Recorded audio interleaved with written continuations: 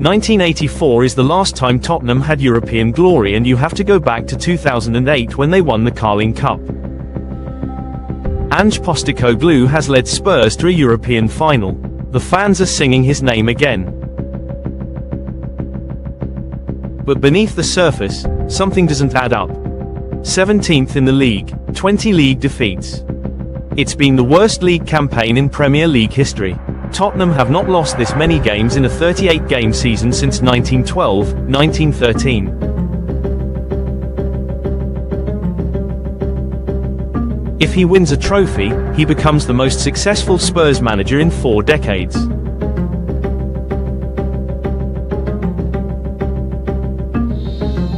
This is the Ange Illusion. Trophy or tragedy, you decide. Nigel. No flip-flopping tonight.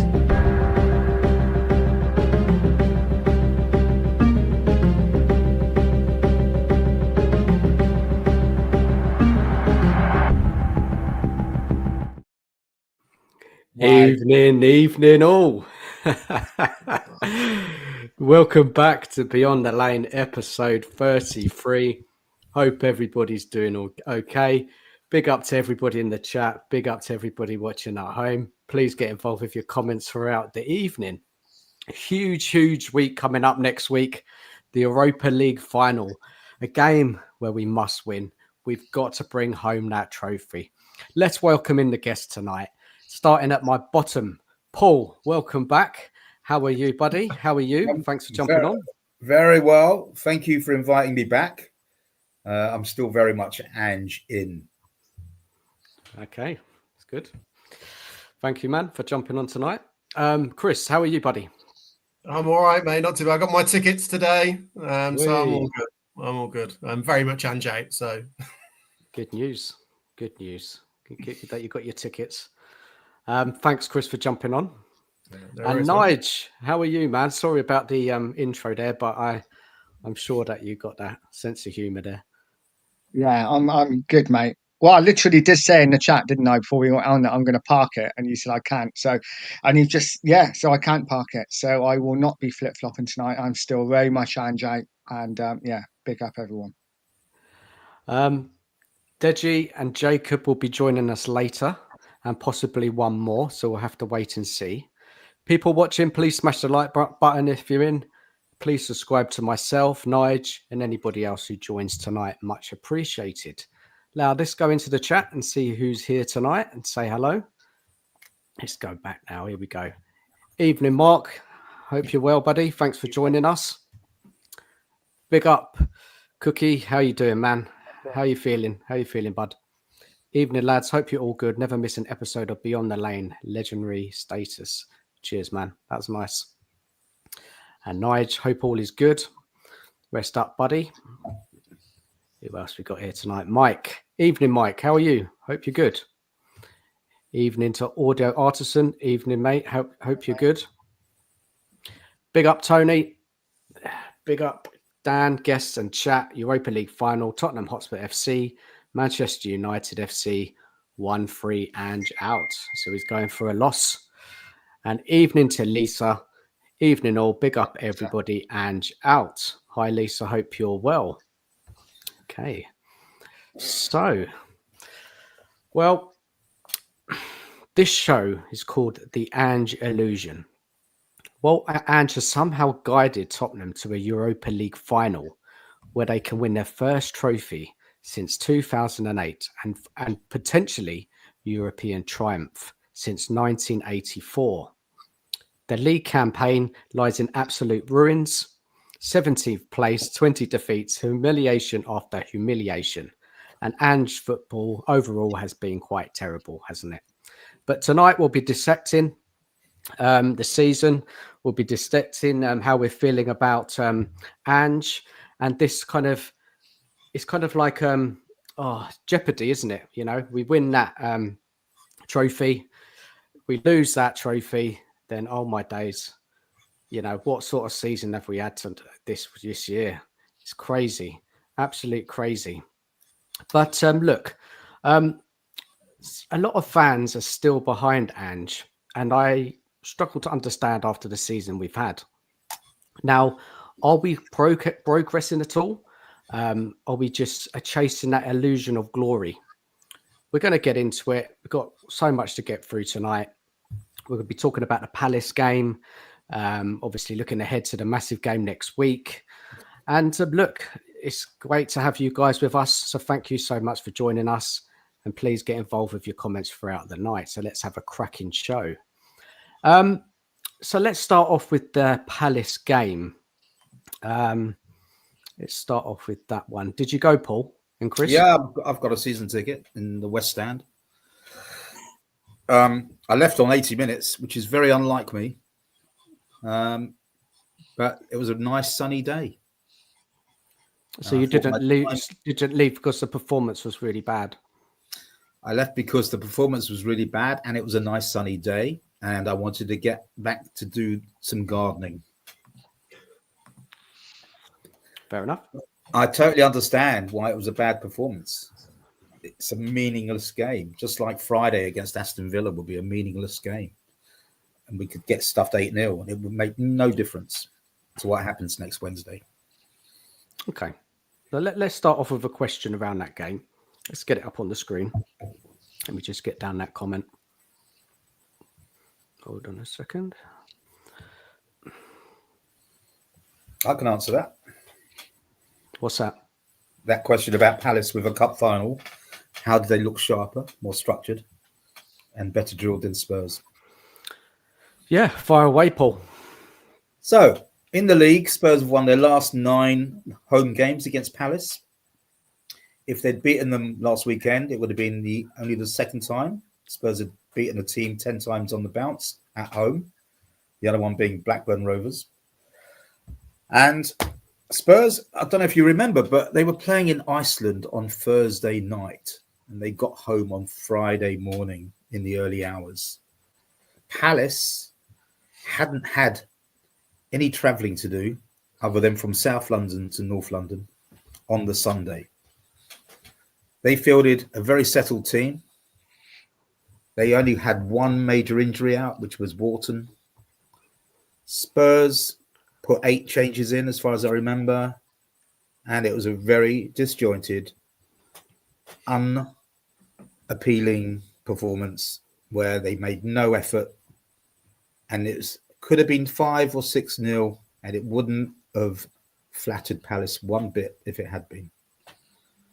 So the only one who came out of Sunday's game with any credit really was Kinski Boots, because he made quite a few good saves and wasn't really at fault for any of the goals, I wouldn't say.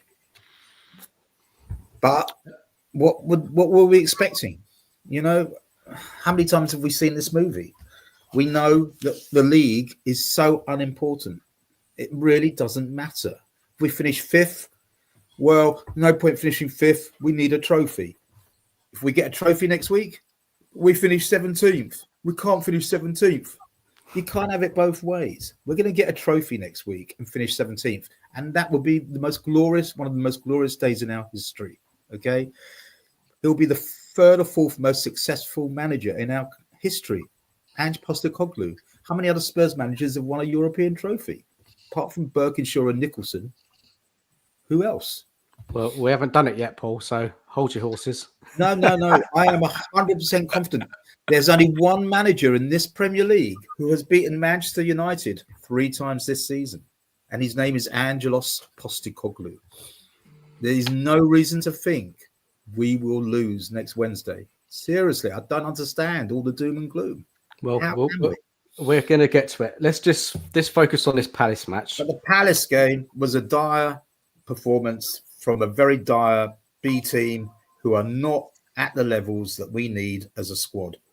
And most of those players will be gone by this time next year, one would suggest, either on loan or sold. Let's bring in Chris. What's your view on that game? I don't know where to start, honestly. I thought it was the most disgraceful performance that I've seen from Tottenham in years. And I can accept that the result is unimportant. I can't accept that professional footballers go out there willingly and put no effort in and look that disorganised. I thought it was an embarrassment, to be honest. What's interesting though is we've come around to this narrative that it doesn't matter. Like I can accept the result doesn't really matter, but I think performances do matter.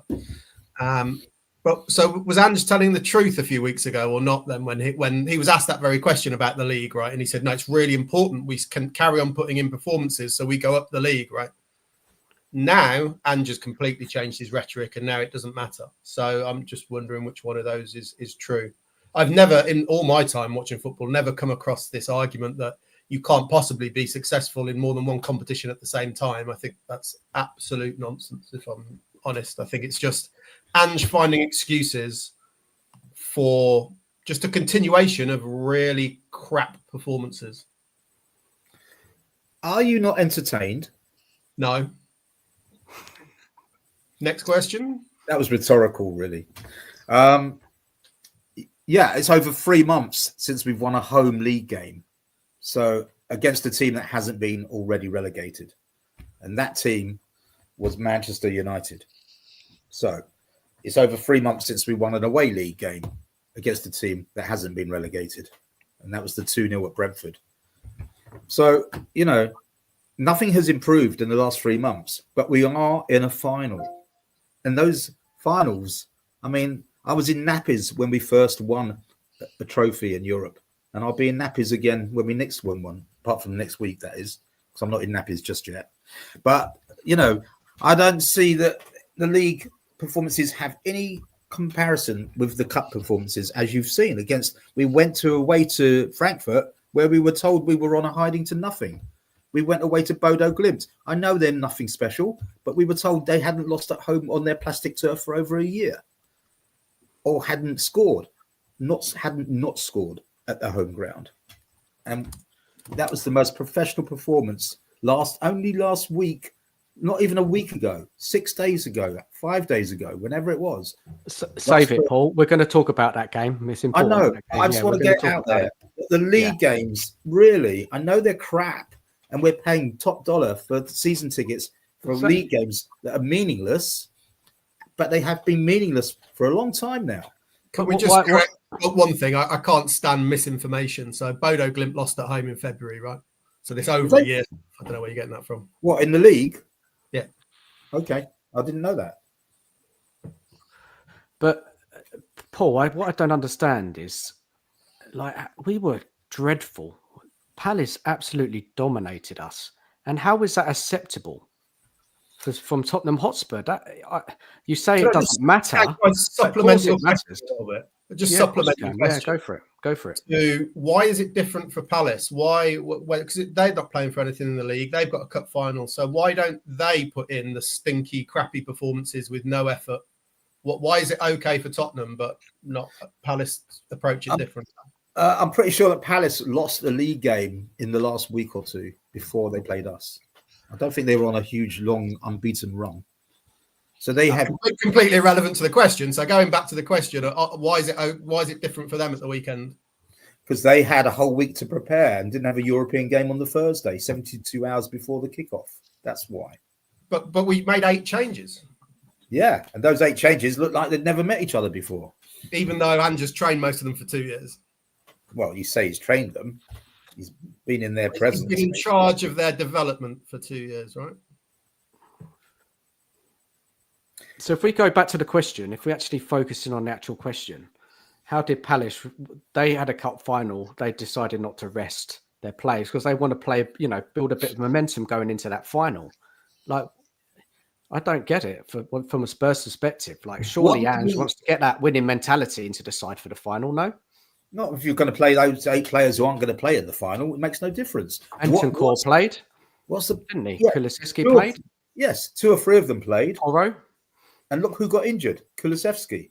And what if we'd played Van der Ven and Romero, Vicario, and Udogie and Solanke, and one of those had got injured? It'd be, why did you do it? We had nothing to play for.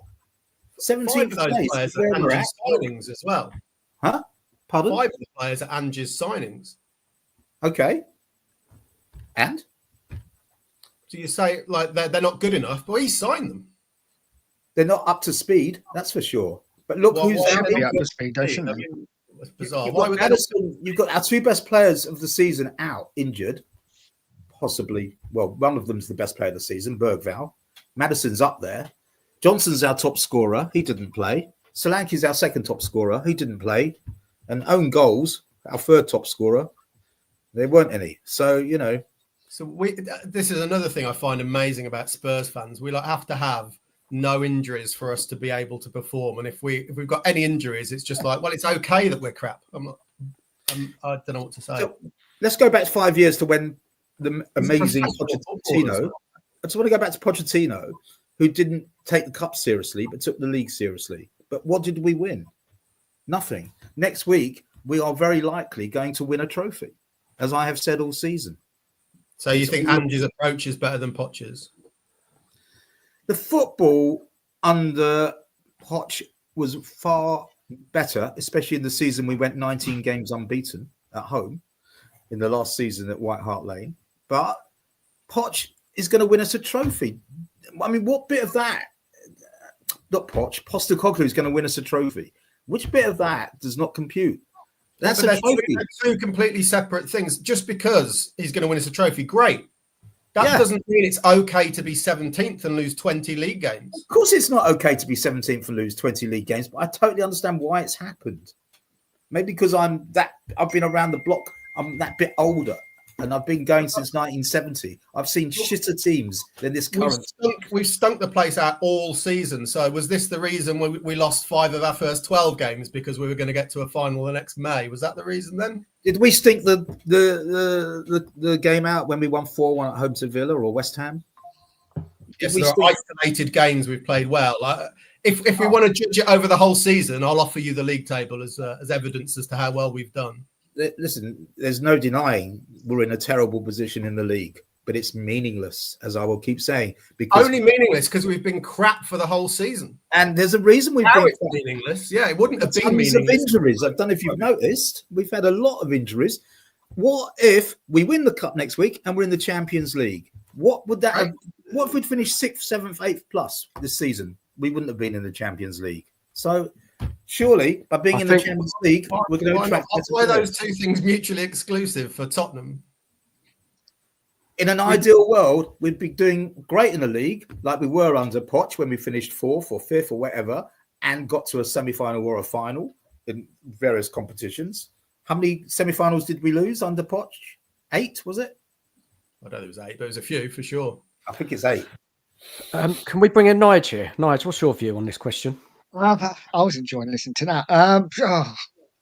Listen, 17th in the league is unacceptable.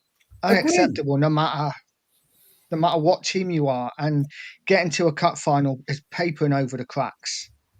You know, this manager isn't up to it. And Palace was shocking.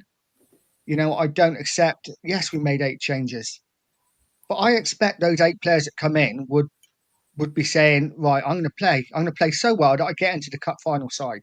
Surely that's the idea of having a squad, is that a player comes in and says, I'm going to get myself into that team.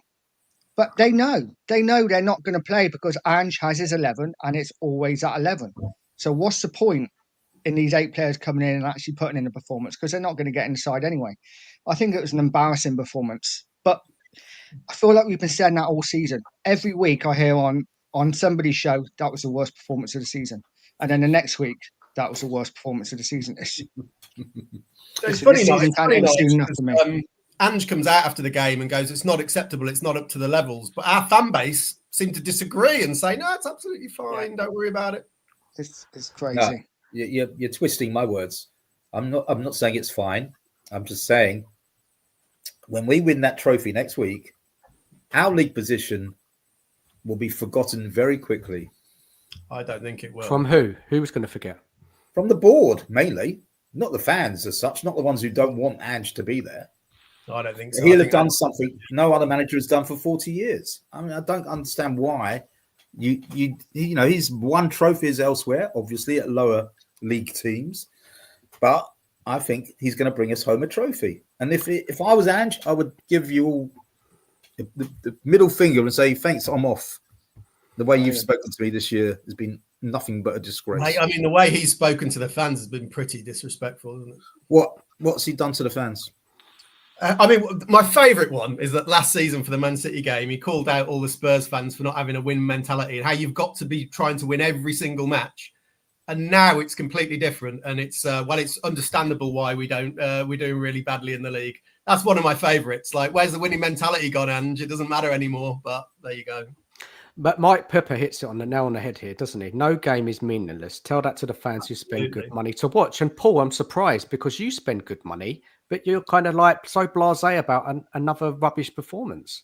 I don't understand it, Paul. I'm not blasé. I just feel that I can see a bigger picture in that we win a European trophy, and this league season, yes, it's been one long big write-off, but who gives a shit when we're going to be in the Champions League next season when we wouldn't have finished. Last season, we finished 5th. We didn't get into the Champions League, did we? This season, if we'd finished 5th, we would have done. But who knew? I'll ask you a question. Do you genuinely think, open question, do you think winning games against Bodo and Frankfurt and Alkmaar are a good barometer for how we'll perform next season against Liverpool, Arsenal, City, Chelsea? Our results in London derbies has been the worst ever this season, for sure. We've only taken 10 out of 18 points against the teams that were relegated, going back to an earlier question. I'm not on the ropes, as someone just said. I just feel that you're not seeing, and I'm sure all of you will be out there celebrating next week when we win, okay? And you won't even give a second thought to how bad it's been in the league because we've won a trophy. Well, I'll have a night off, that's for sure. Let's just here's a hypothetical. If Spurs were to win next Wednesday, would you want Ange sacked on the Thursday? Absolutely. No, I'd want him sacked on the Wednesday night, ideally. Even if they win the trophy? 100%. Well, save that, guys. Yeah. We're going to do that later in the show. Yeah, let's just wind it back to Palace. Yeah, because we've got to finish Palace, and then we can get into it. We can get into it. I've got some more questions around this game because we need to kind of break it down a bit more. Let me bring up the next question and see what you think here. Guys, why did Ange return back to Ange ball when he's seen us playing more pragmatic and get us results? So why didn't he do the same thing against Palace? Different players, whatever. Only one man can answer that question. He's not here. So, I'm not going to speak on his behalf. But I think he's probably trying to confuse Manchester United to make them feel like, lull them into a false sense of security. We're worse than you, but we're not. Well, he's doing a good job at that. Give him credit for that one. Yeah, but we're not. We've beaten them 3 times this season. Well, we're below them in the league, though. So over the season, we must have been worse, right? We've got a way better goal difference. We're 15 goals better off than they are. Wow, we've got a way better goal difference. We're 17th in the league, by the way. They're 16th in the league. We've got a way better goal difference than half the league. So what? Yeah, no, we're 10th in terms of the goals difference. We've got a better goal difference than Brighton, but they're 9th. So we've done better than them. On goal difference, yeah. But results aren't judged on goal difference. Exactly. But it just shows you there have been games this season where we've gone and won. I was up at Manchester for the 4-0. I was at Manchester for the 3-0. I was somewhere else for another big win, 5-0 at Southampton. I've seen some big wins. Not so much at home. At home, it's been absolutely pathetic. And the highlight of Sunday was the in memorial section at half-time for all the people that had passed. This is actually part of the problem is that we can't, in close games, we cannot get a result. So when we have to score at least 3 in a match to win the game. And that's a problem. Nige, what's your thoughts on this one? Why didn't Ange just play a bit more sensible against Palace and give us more of a chance and another defeat? It was awful. Nige, honestly, let's get real here. That performance was, oh my days. Palace. I don't know what. Yeah, I don't get dominated us start to finish. I mean, let me just get some stats up. It was just 23 shots on target. It's just, what was that? Let's just get it up now. Yeah, I don't get it. We are playing our best football in the Europa League when we are more pragmatic. Yeah, as soon as we get back to the Premier League, we play exactly the same way. High line, inverted fullbacks. Yeah. It's just shocking. And surely Ange must know it doesn't get victories, because it hasn't worked all season. Apart from the odd game, it hasn't worked all season. And I'd argue the games where we've won big, Southampton apart, we have actually played more pragmatic for the most part.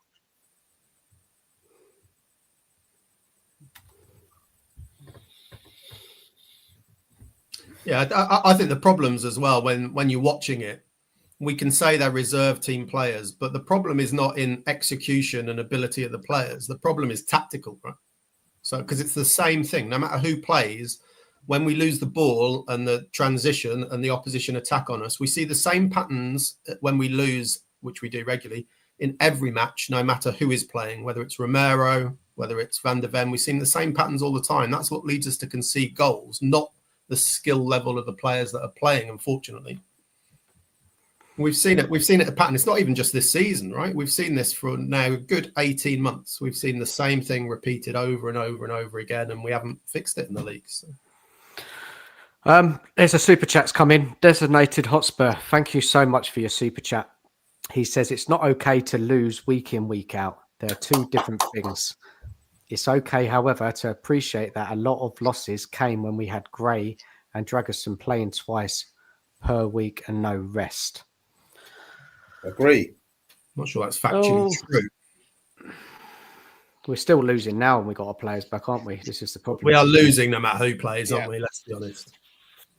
I think I saw a stat that we'd lost only 5 games without standard proper back 5 all starting together. But again, that comes back to it's just unrealistic to say we can only play well when we've got all of our first choice team players. That's not modern football. You have to be able to cope with injuries. Every team has injuries. We don't have a decent enough squad. That's obvious. We got rid of 9 players last summer and didn't sign more than 2 or 3. Full of players that Ange has signed. He signed, what, 17 players? He lost Harry Kane. So there's always another excuse, isn't there? There's always something else. You back one excuse back, and then there's another one over here. Player in the world. What's he supposed to do? Well, Coach, I mean, does that explain why we're so open when we lose the ball and why our defence is all over the place? We lost Harry Kane, sure. Well, Harry Kane used to be our best midfielder, defender at corners, and attacker, obviously. So that's the sole reason. Is okay, fine. I understand though. That's fine. I mean, we have scored 63, right? But yeah, I wouldn't argue that scoring goals is our biggest issue. But there you go. Designated Hotspur, thank you so much for your super chat. Much appreciated. Let's get another question and kind of break this down a little bit more. So, guys, what do you think of this one? I know Paul's going to love this one. Was the decision to make 8 changes with 12 days before cup final overly cautious, or was it a sign of how little Ange trusts his first choice players to handle the running? And he says something as well. I'm going to bring up a quote in a minute, what he says about this after the game. Nige, hear from you on this one. Do you know what? I actually didn't have a problem with him making 8 changes. You know, the changes for me weren't the issue. You know, because he was on a bit of a hide into nothing. Paul is right. If he had played Van der Ven, Romero, the first team, and a couple got injured, the fan base would have been in turmoil. They would have been going nuts. So the changes aren't the problem. It's the fact that the people that come in, A, put no effort in, B, were not tactically set up right. So, yeah, for me, I haven't got a problem with the changes. It's the way they played and the way they were set up. Chris? I don't really disagree with that too much. My only concern is I'm interested to see what he does at Villa, because I think... What's funny? What do you think he's going to do at Villa? You think he's going to play the first team? Well, would you like me to finish what I was saying before? Or? Well, I mean, come on. They've got a final in a week's time. How do you think he's going to play anyone on Friday that matters? I mean, it's going to be a difficult conversation if you're going to be that rude when someone's trying to make a point. I'm sorry to be rude, but you are deluded if you think he's going to play anything but a B team on Friday. Let him finish. Paul, let him finish. He didn't finish speaking with his point. Go on, Chris. So I'm interested to see what he does, because I think just leaving players not to play for 2 weeks and then expecting them to be top of their game and coming in to the final. So who knows what he will do? Well, apparently one person definitely 100% knows, but I'm interested to see what he does. Might he give some of the players a little bit of a run out like he did in a couple of weeks ago, didn't he? He gave Romero and Van der Ven a first half and took them off. Might he do that? I don't know. But I'd be worried that they might be a bit rusty. Going back to the Champions League final, right? We had 3 weeks off, and I think the consensus then was we were way too rusty going into it. So it worries me a little bit that we might have the same. We might be repeating a similar sort of issue, although we didn't have a choice at the Champions League final because there were no fixtures. But we also played an unfit centre forward who should never have been anywhere near the starting 11. So yeah, that's different. That's different. Thanks for that irrelevant point, but cheers. Paul, that's a handball that is no longer a handball since the law change. But apart from that, yeah. But what are we talking about? Jesus. I think Chris has made a good point here. These players rested, they need to have some minutes in their legs before the final. What fitness levels? I think maybe play 45 minutes Romero, Van der Ven, switch them up at half time. These players have got to get ready for this final. They can't just turn up on the final and just be all raring to go. They need some minutes, I think. So when Matty Cash breaks Romero's leg, that's fine because he needed the minutes. Okay. All right. Yeah. Difference of opinions. Anybody else got any more points? That's football.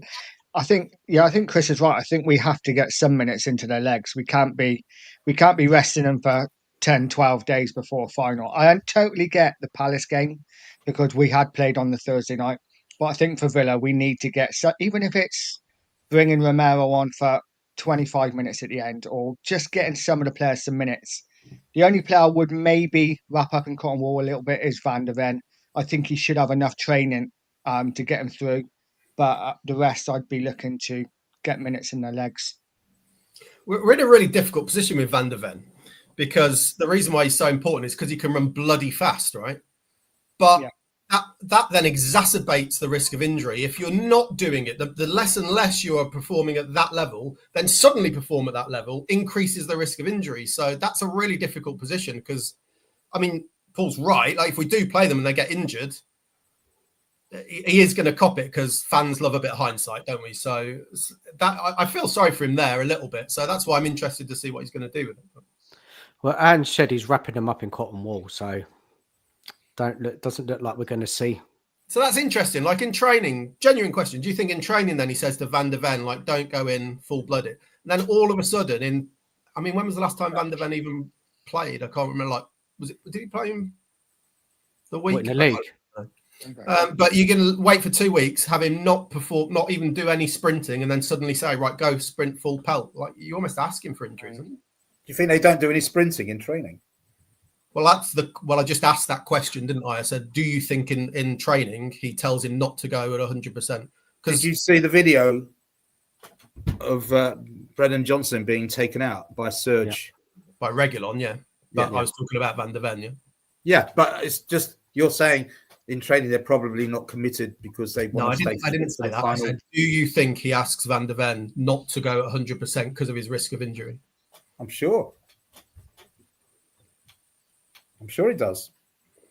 So that then puts us in. I think he's just a difficult player to manage at the moment because of his history of injuries. Yeah. And unfortunately, Ange's fault, yeah. Who said it was Ange's fault? Oh, honestly, I'm going to tire the discussion very quickly like this. I don't know what you're trying to achieve. Just listen to what people say and answer the point. Who said it was Ange's fault? I thought everything was Ange's fault. For Christ's sake. All right. Let's get another question up on this game and get it wrapped up because can we just discuss like adults and not children? Like this is ridiculous. Yeah, come on. Let's just be a bit more respectful, guys. Come on. Okay, let's do one more question on this, and this one's really for Paul. To be honest, some fans now say the league doesn't matter, but it's a dangerous mindset. Are we lowering in standards because of one cup run? Why are we lowering standards? Because we're going to win a European Cup. Why is that lowering standards? Forget about that part, about just how the whole league has gone and how we just defeat after defeat after defeat. Paul, I mean, you go to all the games, 9 home defeats.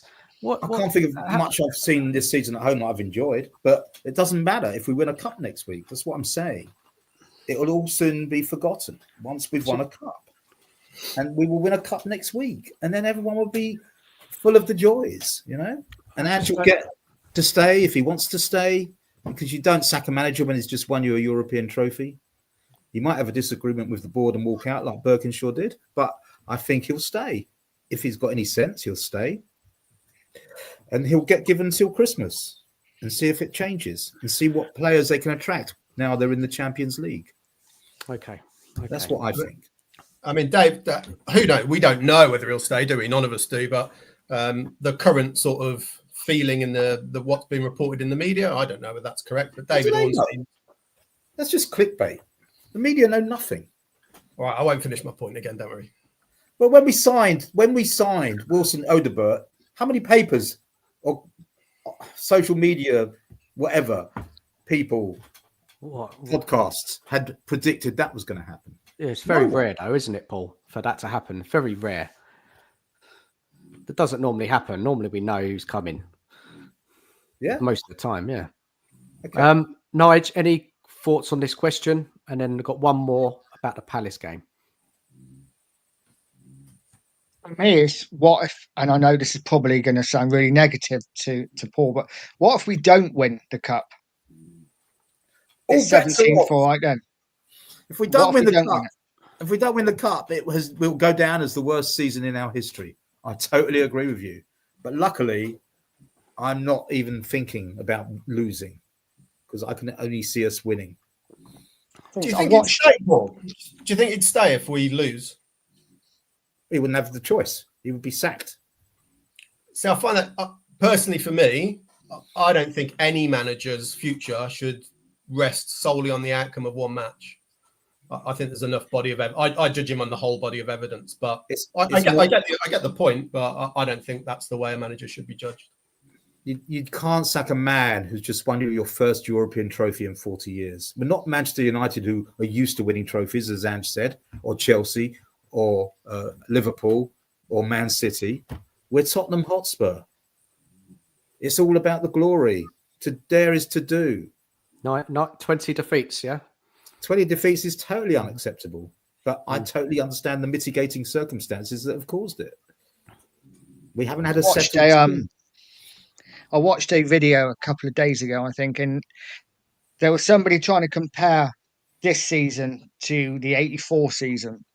And they were trying to compare the managers, Birkinshaw and Postecoglou, which is, to me, absolutely bloody nuts because Birkinshaw was a different class. But the year we won the cup in 84, we finished 8th. 8th. We're 17th now. So regardless of whether we win this trophy or not, Ange has to go. I mean, all the metrics have shown a steady decline now for over 18 months, haven't they? So I think we're okay. Are we asking this question later on? Who replaces later on? Save it. Let's just keep it hold. I know we're all raring to go about what's going to happen to Ange, but let's just hold it back. We've got a lot more questions to go through until we can kind of get to that point. What about this one? Shouldn't this Spurs squad, even with a rotated side, be able to compete at home against a side like Palace? I think so. Well, you'd hope so. So why didn't they? I don't know. The Palace wanted it more than we did. I don't know. I can't answer that. But I thought it was a shocking, disgraceful performance. I would never normally leave 10 minutes from the end. But it was like, well, if they can't be asked, why should I? Yeah, I couldn't agree more. I have no excuses for that performance. I'm not going to defend Ange. I'm not going to defend the team. But we have seen this movie before this season many times. I mean, there's too many to mention, whether it's at home to Leicester or home to Ipswich, or whether it's away to Palace again, or away to Chelsea or Fulham. Fulham was only fairly recently, and we were terrible. We have been terrible. Hi, we've got a new face. Let's welcome in Deji. Deji, how are you, man? Thanks for joining us. Thank you for having me. It's good to be with like-minded Spurs fans who want nothing more than I'd hold judgment on that one if I were you. Have you been listening, Deji? I haven't yet. I'm just getting in. Okay. All right. Yeah. You'll get up to speed soon. Here. It's not fair. 4 against 1. Is this Hotspur? What's that? Hotspur. I forgot the name now. Hotspur Heritage from yesterday. You know the guy in the chat that said he was going to jump on. Is that the guy? Is it? Yes. Okay, let me send him the. I I'll don't put know. the link in. If he wants to join, he can. Yeah. I'll get the link in the chat, and he can Yeah, jump on and have and jump on the ride. Yeah. But don't worry, you're not being that. Look, at the end of the day, we all here for one thing. We love our club, and we want our club to be successful. But look, I've had really good friends of mine message me after some of the comments, and I go with my feeling, okay? And at the beginning of the season, if you watched me last season, I was shaking my bum violently for Postcoglou. I was like, he's the best thing since sliced bread. People were poo-pooing me, shutting me down. I said, I don't care. For him to come from the Scottish League and take our club to finish 5th in the Prem, mate, that is an excellent season, in my opinion, given whatever the circumstances was. But my thing is this: once you lay a foundation, you must improve. If you look at any club, and maybe part of the reason for the backlash is maybe he overachieved with us finishing 5th. Maybe we were not as rattled if we had finished 13th or 14th last season. Oh yeah, does it? There he is. Designated Hotspur. There's the guy who we were chatting with yesterday. So he got us 5th.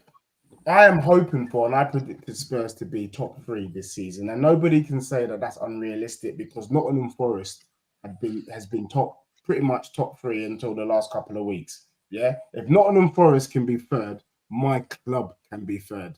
Okay, but we have been since that Chelsea game, and I coined it in November, and this is why I'm standing by my views on Ange.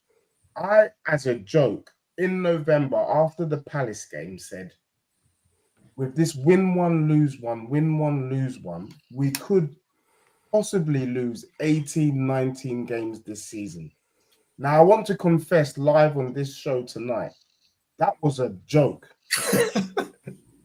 I wasn't being serious when I said it. I was just pretty pissed off. We sit here on the panel tonight on the 13th of May, having received 20 defeats, 20 L's. I've never thought in my life, really and truly, we should be relegated. Like, for me, we haven't even hit 40 points. I'm someone of honor. I would die on my sword, Japanese levels. You know, if I lost the battle, I would happily kneel down and be beheaded by the opponent. So I'm not happy with this. This is a disgrace.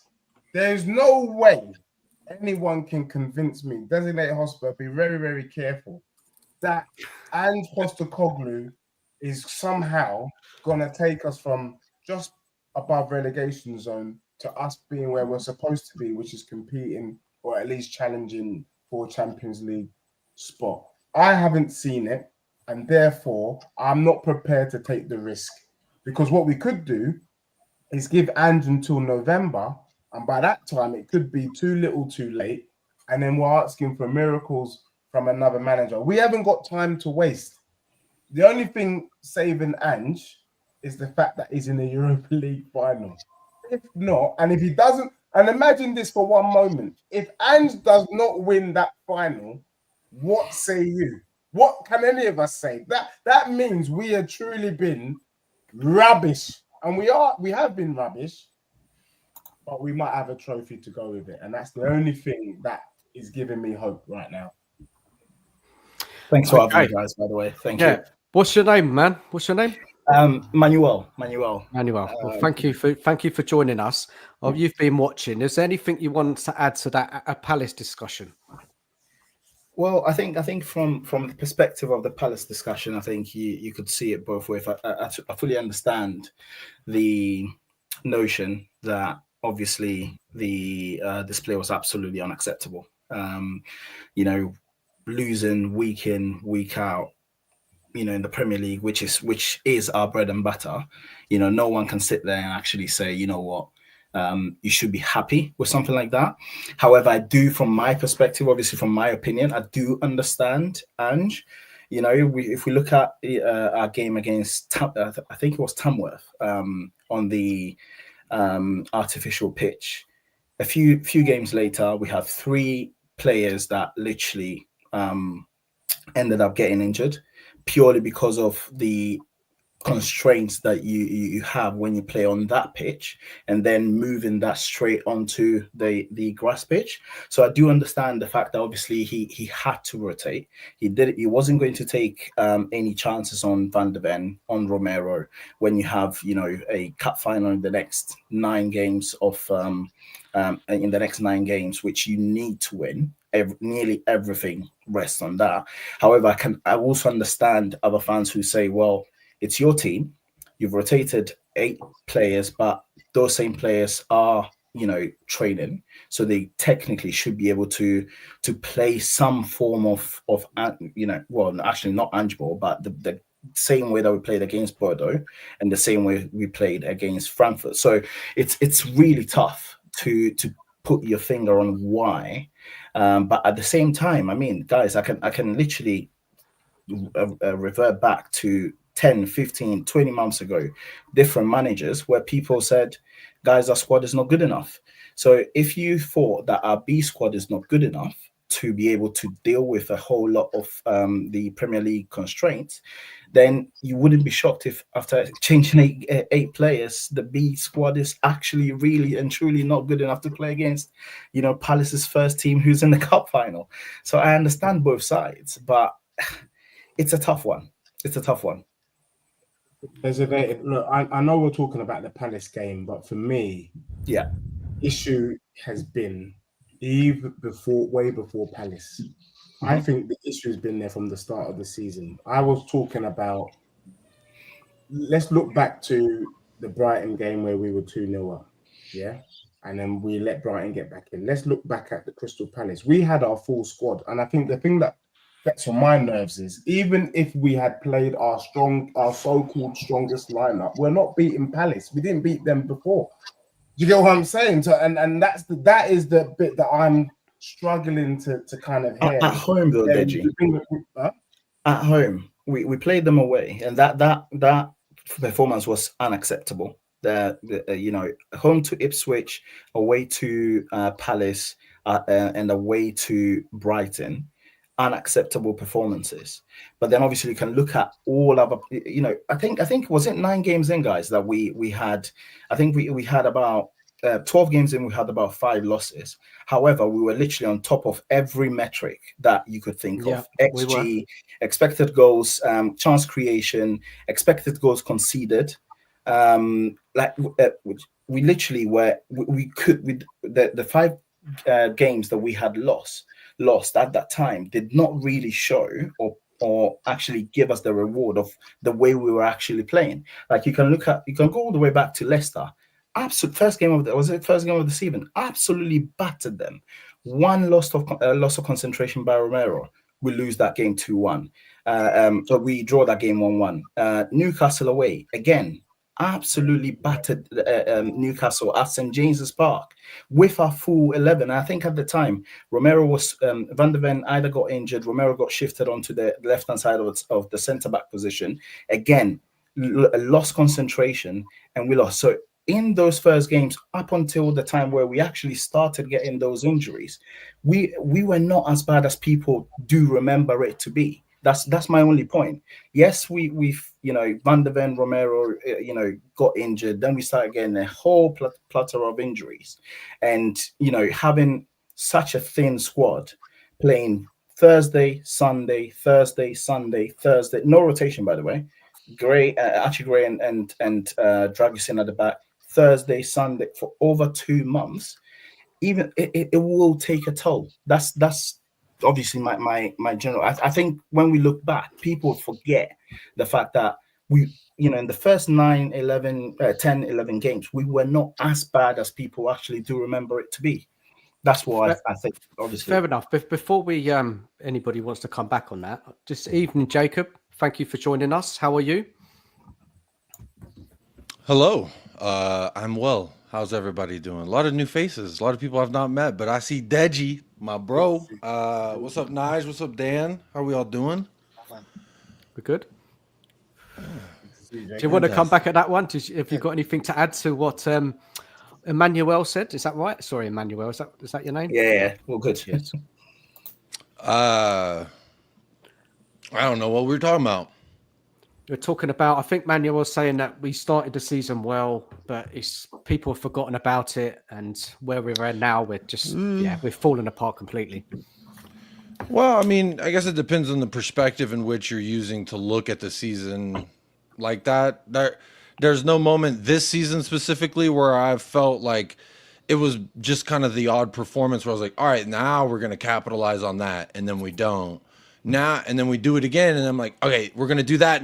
Now we just got to keep doing that. And then it just kind of fails the next time we do it. And it seemed like that was happening throughout the entirety of the season. So I never really felt in the Premier League specifically that we had what I would call a good run of form. But again, I think the broader thing for me is like just trying to look at, what were you saying in the summer? What was your opinion in the summer? For me, I said in the summer, I'd take 17th in Europa. Now, I didn't logistically think that we would reach 17th, but guess what? We're chilling in 17th, and it looks like that's where we're going to finish, and we might win the Euro. Come on. Like, I'm getting exactly what I asked for, so I'm not going to be upset with anything. Obviously, losing week in, week out, dreadful performances in which you think, but I just don't blame all that on Ange Postecoglou specifically. I blame that on quite a few people. Mentioned Leicester, the first game of the season. We had 3 different opportunities that they just didn't convert. They had a chance and they missed the target, or they shot it right at the keeper. And that's been occurring in Ange's tactics throughout his entirety that he's been here, where we get the ball into different dangerous areas, and then it just seems like people don't have the confidence to be that guy. We don't have the Zlatans in our squad mentality-wise that say, give me that ball and let me go to work, sir. Because if we did, I think you'd see a lot more conversions on the style of play. And also, I guess to answer the question specifically, no, I don't feel in the Premier League there's been good games where I'm like, yeah, that's nice. Good game. Let's do that again next week. And then we don't. And that's very frustrating. So it's hard for me to feel like we had a good run of anything when that's how I'm reflectively looking at the Premier League specifically. Now, but you look at domestic competitions, Carabao Cup, semifinal.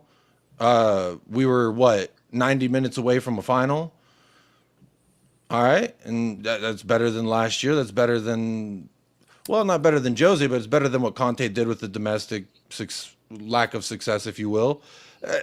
I just look at things that we have been a broken club for a minute now, and to blame one failing column for the buildings, funky leaning tower of Pisa, leaning tower of Tottenham that we're doing, I think it would be very. I don't know the right word because I'm not the most educated of man, but there's a very great word somewhere in the English dictionary to speak on. I think it's naive to just say it's all Ange's fault if he sack him and I'm so damn glad that this club don't listen to nobody on YouTube. You want to know why? Because we wouldn't have Ange and we wouldn't have a Europa final looking forward to. So everybody can hold that, myself included. No, Jacob, I hear you. I guess for me, I do feel like we are playing Russian roulette with our club. So this is, contingent on Postcoglou winning the Europa, by the way. If he wins the Europa, he's a genius. If he doesn't win the Europa, then we're fully muddled. I just feel, despite the challenges, this team should be top half, at least, even 8th or 9th. And maximum in terms of losses is about 14, 15. 14 at worst. I think we had about 14 last season. I just think the fact that we've lost 20, the fact that, it's been quite pathetic in the league, let's be honest. And it hasn't been for Arsenal, but they're all still frustrated. I'm just afraid that our Spurs fans so desperate for a trophy that we are almost prepared to shoot ourselves in the foot. I hope Ange does it. Don't get it twisted. I hope he does. But I'm also nervous that if he doesn't, then what? then we got to a European final and failed to win it, just like all the managers I've watched in my tenure as a Tottenham Hotspur fan. So he's accomplished as much as I've seen, let's say, the best manager in the last 10 years, Pochettino. Okay, he failed a final in Europe. It's like the same bar of that they both missed. So it's just, Deji, we did talk about this earlier in the season, and you said your standards were you would not accept this form and a Carabao Cup because Carabao Cup was not a prestigious enough trophy for you. Yeah, but is a European trophy enough? Yes. Look, it is. I'm not going to lie. It is, but it is just. That's all it is. It is just. If we were 12th or 11th, I would all day long. That's what we were thinking when we were thinking Europa League. Realistically, what's the difference? Would you get more money? Do you get different competition? The difference is when I look at it, look, what we're getting is 2 for the price of 1. Let's not get it twisted. We're getting Champions League football, hopefully, and we're winning a trophy. So, I mean, this Europa League squashes everything off our back. But that doesn't take away the fact that had the 3 bottom teams not been as dusty, we would have legitimately been involved in a relegation dogfight. Paul, I know you're waving your arms frantically. Paul, do you like seeing us hovering literally above the relegation zone? We're 15 points clear of the relegation zone. There's no chance of us having been relegated or getting relegated because the standard of the 3 teams below that came up wasn't good enough. Okay. So this league doesn't matter if we finish 11th or 17th. It matters, though. It does matter. It matters from the point of view. It doesn't mean a shit. It doesn't mean anything. Does. You can't make a point with Paul, can you? Paul, aren't you embarrassed? I'm embarrassed it was 17th, of course. Yeah. But I want us to win a European trophy next week, and I'm sure we will. We all want to win it. Then we'll all go, oh, great. So, that'll be the end of it. Can I ask Paul a legitimate question, though? Would you do this again next season?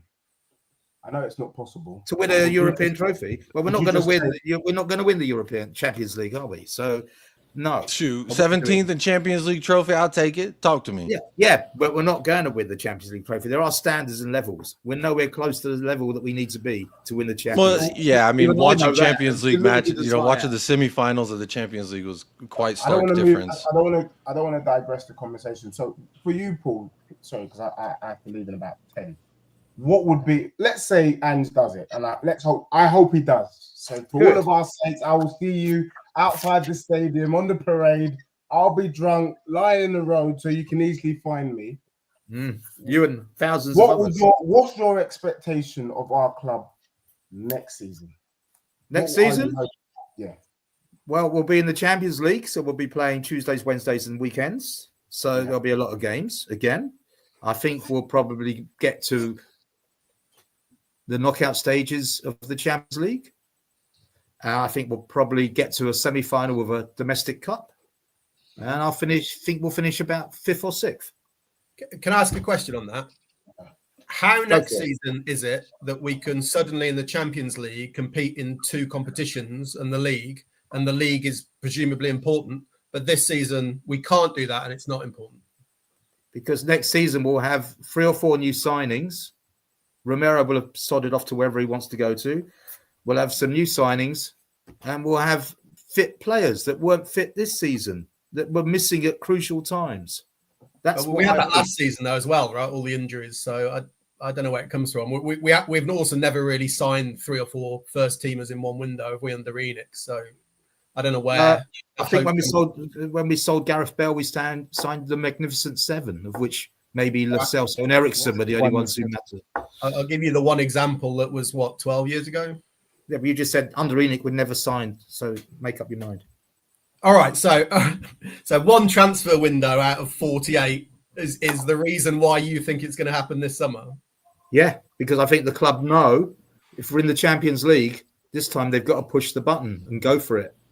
Because there's no. I would say if there's any indication that the club's going to act differently, we've been seeing it because any other manager would be sacked already based off the I mean, Jose got sacked because he wanted to rotate for Southampton before a final. I think my tinfoil hat says it had to do with the Super League and he wasn't cool with it and the club didn't want him to speak about the Super League. So they'll just push out who? Ryan Mason, who I guess is what everyone wanted when they said Ange out. But I'm so glad we didn't do that. Chris, can I just point out? Can I just point out that Mourinho lost 3-1 to Man City 4 weeks before the final? There's nothing to say that we would have won that final with Mourinho. Yeah, I agree. I feel like we would have. I love hindsight. We'd have had a better chance with the 21-year-old Ryan Mason. 100% better chance. Designated Spurs. Right, Manuel, sorry, man. I was saying. Let me know if I'm digressing, right? But I think a few weeks ago, because obviously I fully understand Chris's point, because the main issue, right, is if we've lost this many games this season, playing twice a week with which the injuries, which I do think a lot of people do say, Ange is also the reason why we've had those injuries, right? What is the chance of us being able to play 2 games a week next season with Ange? We know that leave is not really going to change dramatically, and what are the chances of Ange actually being able to maneuver things in order for us to actually win games? But one thing I just wanted to point out is the fact that I think Ange himself came out and held his hand up with regards to our transfer policy during the summer, right? Whereby he stated that we got it wrong, because from my perspective, what I actually think they were thinking, right, was that, right, it's the Europa League. We're going to have our B team and youngsters play in there, and the caliber of teams in the Europa League is not that great. We're going to let them beat those teams on there, whilst our first 11 just deals with the league week in, week out. Obviously, that strategy has just capitulated, right? And what Ange said during that presser was, we got it wrong, and if I could take it back, I wouldn't have that policy of obviously youngsters. Do you not think that with a better team or a better quality of players, we would have been able to navigate things much better? Because at the start of the season, Ange was not rotating within the league at all. I was getting frustrated because I was saying, why on earth is he playing Romero and Van de Ven every single week when he knows that one of them, especially Van de Ven, if he gets injured, it's a wrap? So is there not a part of you that thinks actually it does look like he's realized that the transfer window was the policy was wrong, and by the way we're playing in Europe, where at the moment we actually are playing not the normal Ange ball that you guys, that everyone will talk about, that actually he's also there saying, you know what, guys, yes, I've been like, yeah, let's just attack, but I've been wrong, and now that I need to be able to get results, I'm actually realized a bit too late from a league's perspective that I need to adapt slightly. Don't you guys think that those are signs, or do you just think, well, he's just going to revert back next season and that's it? I thought it's back game on, game out, doesn't he? Because he played differently in Europe anyway, and then as soon as we play Palace, he goes back to his normal style. So for me, he isn't changing. I just don't see him doing it. Right. And also, I just wanted to say, Emmanuel, that's a very good point. And it's something, that I was kind of looking into. The fact of the matter is, Ange doesn't like to change. He's kind of said that. Yeah, he doesn't. He's been forced to change. The other thing that concerns me is that, especially for the final, is that, we're playing Europe's been pretty slow. I don't actually rate the teams in Europe in this year in the Europa League too tough. But actually, the Premier League is played at a higher tempo, and that's why we're getting caught out. So I think, yes, and that's why the show yesterday, I said, is he a genius? Did he know early on, you know what, we ain't going to do absolutely anything in the league, forget that, and put all of our eggs in that one basket, which is the Europa League? I would have said that if we actually played well in Europe. I went to the game at home against AZ, and I don't know what Spurs fans shaking their bum. That 3-1 was pretty crap. I can't even lie. Even the Bodo game, let's be honest. Yes, we were pleasantly surprised that we won 2-0 away from home at Bodo. I wasn't surprised, but it was crap. I was pleasantly delivered exactly what I expected. But Emmanuel said this one. Yeah, I agree. At the beginning of the season, we were doing domination in the location. we were playing Ange ball. We've not played Ange ball since after the Arsenal game or since Brighton first half.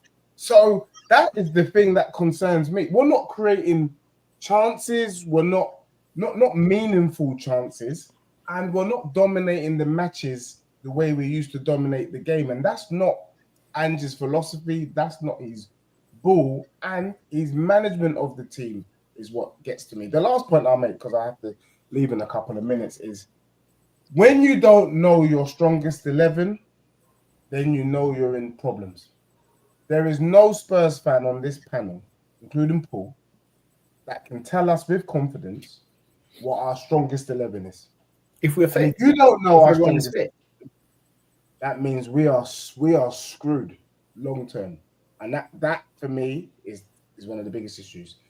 I can guarantee. Sounds like the club has a major recruitment problem if you can't do that. Yeah, but even within the squad that he has, he should know his strongest 11. Surely. But there isn't one. That's the point. There 11, isn't one, and that's why it's such a fluid thing. Well, but that's a problem, no? Is that all right? For some, I mean, think that's a problem if you don't know your strongest 11. Personally, I think our backline picks itself. I think our midfield. the only questions are really midfield because of people's varying opinions, which again are just opinions of Bergvall, Madison. Like, you know, some people really rate Madison, some people really don't like Madison. Some people think Bergvall's shit, some people love Bergvall. He's the next sliced bread. Everyone's opinion. And the same thing kind of happens in the front line. Son's washed, he's not washed, he's just tired. Brennan Johnson shit. Oh, but why does he get so many GA? It's such a duality in this squad that I think it's really hard to say if you can't pin down the best 11 that is somehow indicative of the manager's failures at this club. I would say that there's 20 failures in the league specifically, but in regards to the squad or the 11, like that's a little teetering in the territory of like his hands are in his pockets and he looks down in interviews. The frustration, though, is that the failures in those defeats are the same failures, no matter which players play, right? It's just like a repeat of every game where, you know, we're open on the transition. We basically play with a back two. We never fix that, and it doesn't matter who plays. Yeah, I do agree with that, Chris. I think those are my biggest issues are the fact that when you know everyone has a go at the fact that we invert our fullbacks, but let's be real, we're not the only team that inverts fullbacks, right? But the problem that we have, or that people you can see on the pitch, is the fact that when they invert and they move up, and then you have Bentancur and Bissouma moving up as well, leaving Van de Ven and Romero alone. Once we make one error, it's a problem because we're going to have 3-4v2 at all times. And that's my biggest issue whenever I look at the way we actually play, because people, you know, I can't remember what team it was. I think either it was Arsenal or City. Whenever there is any of their fullbacks inverts, which they do as well, their defensive midfielder drops in to make it a 3 at the back, to be less susceptible to a counter. And I think that's one of the issues that we have in the way that's we play. happened. I think we're making adaptation so has many slowly happened. Let's welcome in Alex. Let's I think welcome we're in making Alex. so Big up, much Alex. excuses. So much excuses. Is this the same guy who was on We Are Tottenham TV that Sim was saying, oh yeah, he's such a great call and everything else, talking absolute waffle? You know what I mean? Yes, you are. Yes, you are. Yeah, the excuses on that video was absolutely pathetic. He's lucky because Sim was so afraid because I was going to rinse you to pieces, make you look like you go home with your lunch dinner because you're talking absolute nonsense. But you know. So Dan, let the main event cook. You know what I mean? Because let the main event cook. The point is, though, these are you know, we both support the same team, right? Yeah, but don't do this. Don't do this Guys, diplomatic one rubbish. at a time. Don't do this diplomatic rubbish, bruv. Yeah. When you do this diplomatic rubbish, Mr. Box Office just puts it down and just throws it out the window. As far as I'm concerned. Let's talk about what you were saying. You said, oh well, by the way, Ange, people that against Ange, yeah. You said if Ange wins this competition, we need to hold their hands up and say we're wrong. Yes, I will say I'm wrong because he wins in his second season. But let's not negate Yeah, no, That's not you, what I you said. said that's what you said. You said in your video. You said in No. your video. If you You want said to in your ask me what I video. said, I can actually repeat what I said, but Okay, go don't and repeat say what you things said. that I haven't said just for the sake of it, right? No, I'm not saying it because I watched your video. I watched the video, bro. Yeah, So but I'm go telling, on. I'm literally telling you that's not what I said. So you can rewatch it, and I can, Okay. if you Okay, want, say you what can you said rewatch then. it, or Say if what you you want, said. I can tell you what I said, right? Okay. All I said is, if Ange Ange gets to the final and wins the final, then every person who said before we played Frankfurt, we need to sack Ange because with Ange we can't get to a final and win a final, have to say I was wrong. That's what I said. I didn't say, you know, I wasn't coming at people saying, oh, you know, Ange is bad. I have a lot of concerns with regards to the way we play. I'm not the kind of person who says, you know what, Ange is the oracle, Ange is this. I support the club. If you can say to me tomorrow, I'm going to bring in a manager which is tactically astute, and Levy is going to throw all the money at the next manager and, you know, fix all the problems, and then we're going to go and compete. Who cares about Ange? Who cares about? Nobody cares about Ange. All I was saying is there are a lot I of care people. about Ange. He's manager of Tottenham Hotspur. I Yeah, care so about him. yeah, of course, I care about him now. But all I'm saying is that there were a lot of people, and you know, Dan, etc. We've all watched a lot of other shows. There were a lot of people who said, if we do not sack Ange before the Frankfurt second leg, we are not going to get into the final. Lots of people said it, Yeah. but nobody. And they were all dancing and singing, going, "We're going to Bilbao." Yada yada Can I yada. ask you a question, Jacob? Who needs them to say that they're wrong or right though? Like, what does it matter? Who cares? They know they're wrong. They can hold that. But I love you, bro. But I need to. I'm allowed to talk, motherfucker. I was invited on this shit too. It's not just I your know- damn show. I know, Why don't you no, go but- live on your channel and don't allow I know, no one no, to but talk I- there? I know, No, but- you want to but- do it? so Oh, for you the want to third- dictate that I can say, oh, I can't say this or that. When I can talk, I'll say when and whatever the fuck I want. Jacob, I got the I'm link just like you. Yeah, Jacob.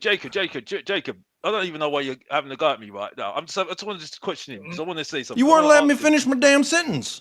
No, I'm just chiming in with a little jab, little boop boop. There you go. I just want to ask him something. That's how a conversation works, you know.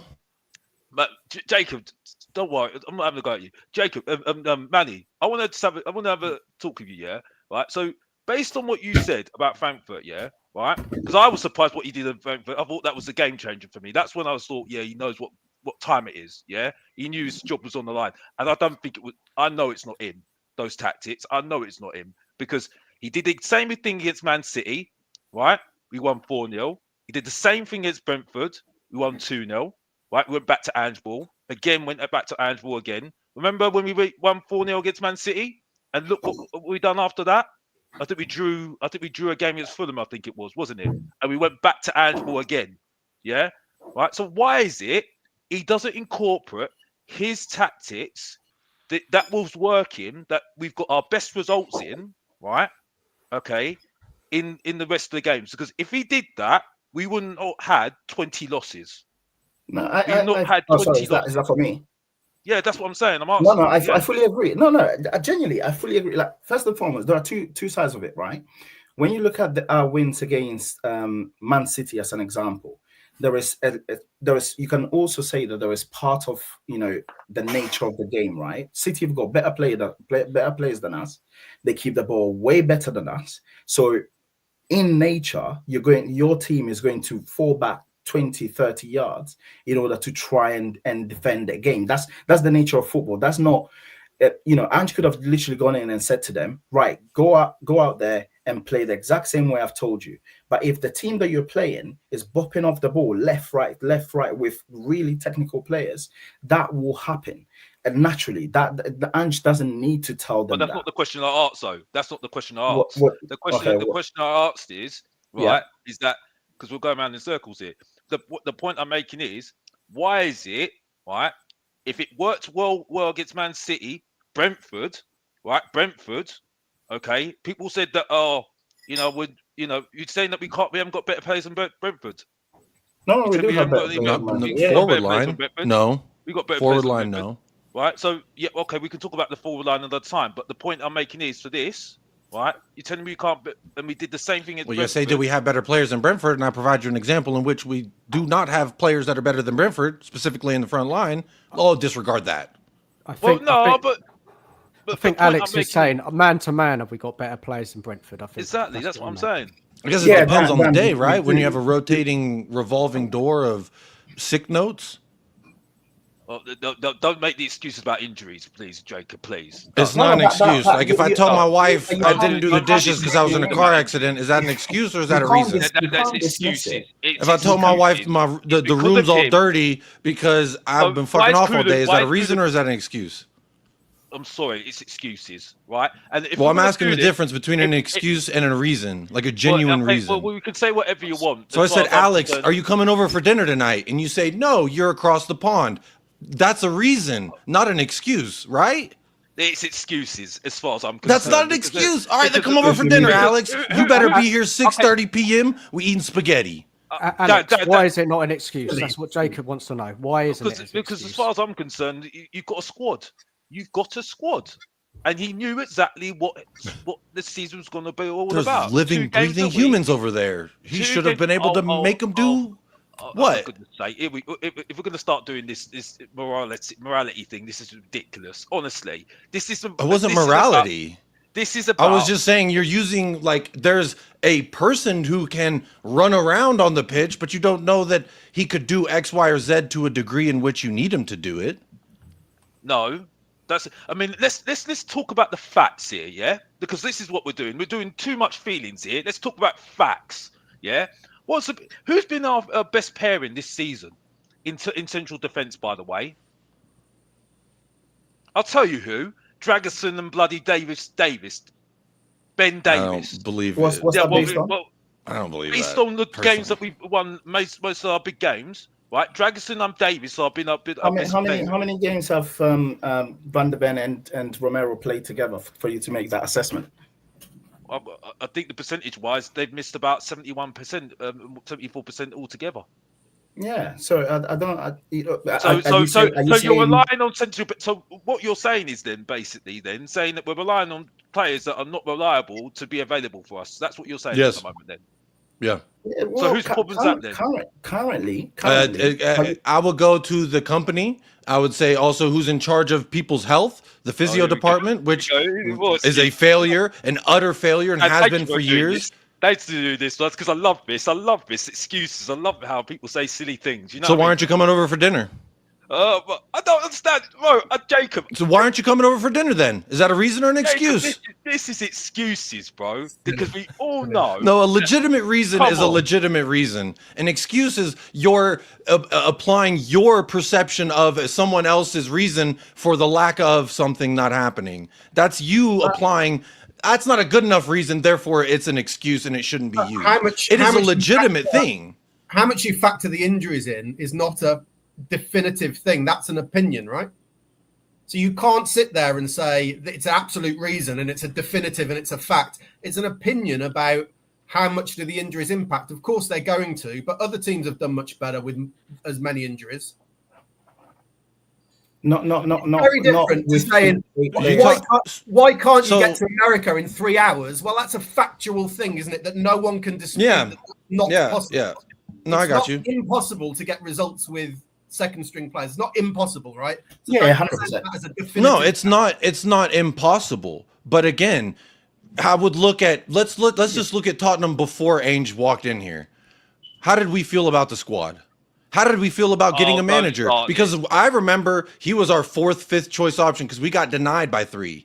So again, when a 4th, no, I'm talking facts, Alex. That's what I'm doing. Don't you like that? You wanted facts at the table. I'm talking facts. Ange was our 4th choice manager.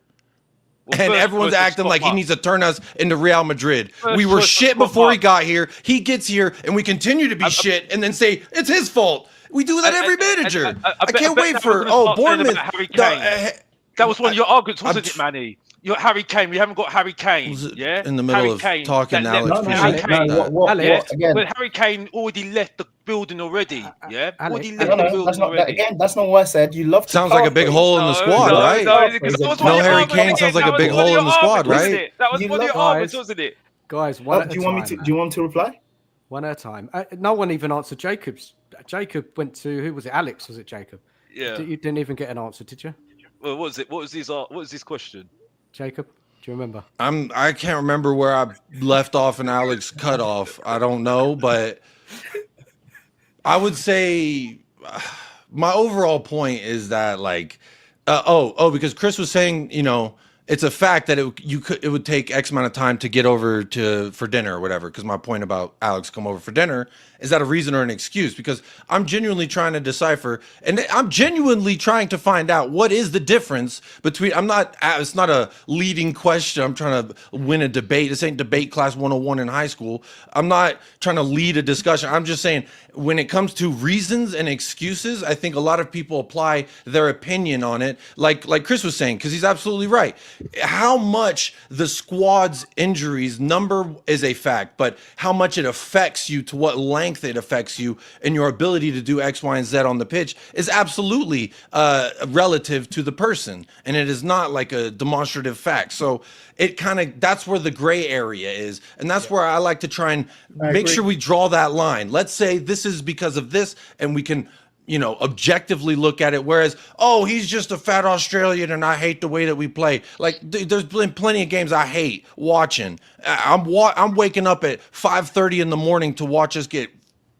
I almost cursed a few different ways, but to watch a not good result happen to us for 90 minutes, like everybody suffers in that situation. Nobody enjoys that. But like, my whole notion has been, if we've had better players in place and coming in from recruitment and a better physio department, so this is all Tottenham Hotspur problems. We had all these other pillars that are stronger. You can interchange that manager and it don't matter, because it's not such a crucial piece of the building standing. So like, that's why I always say, like, people want to blame the one column, the same column we've fixed and repaired 100 times over.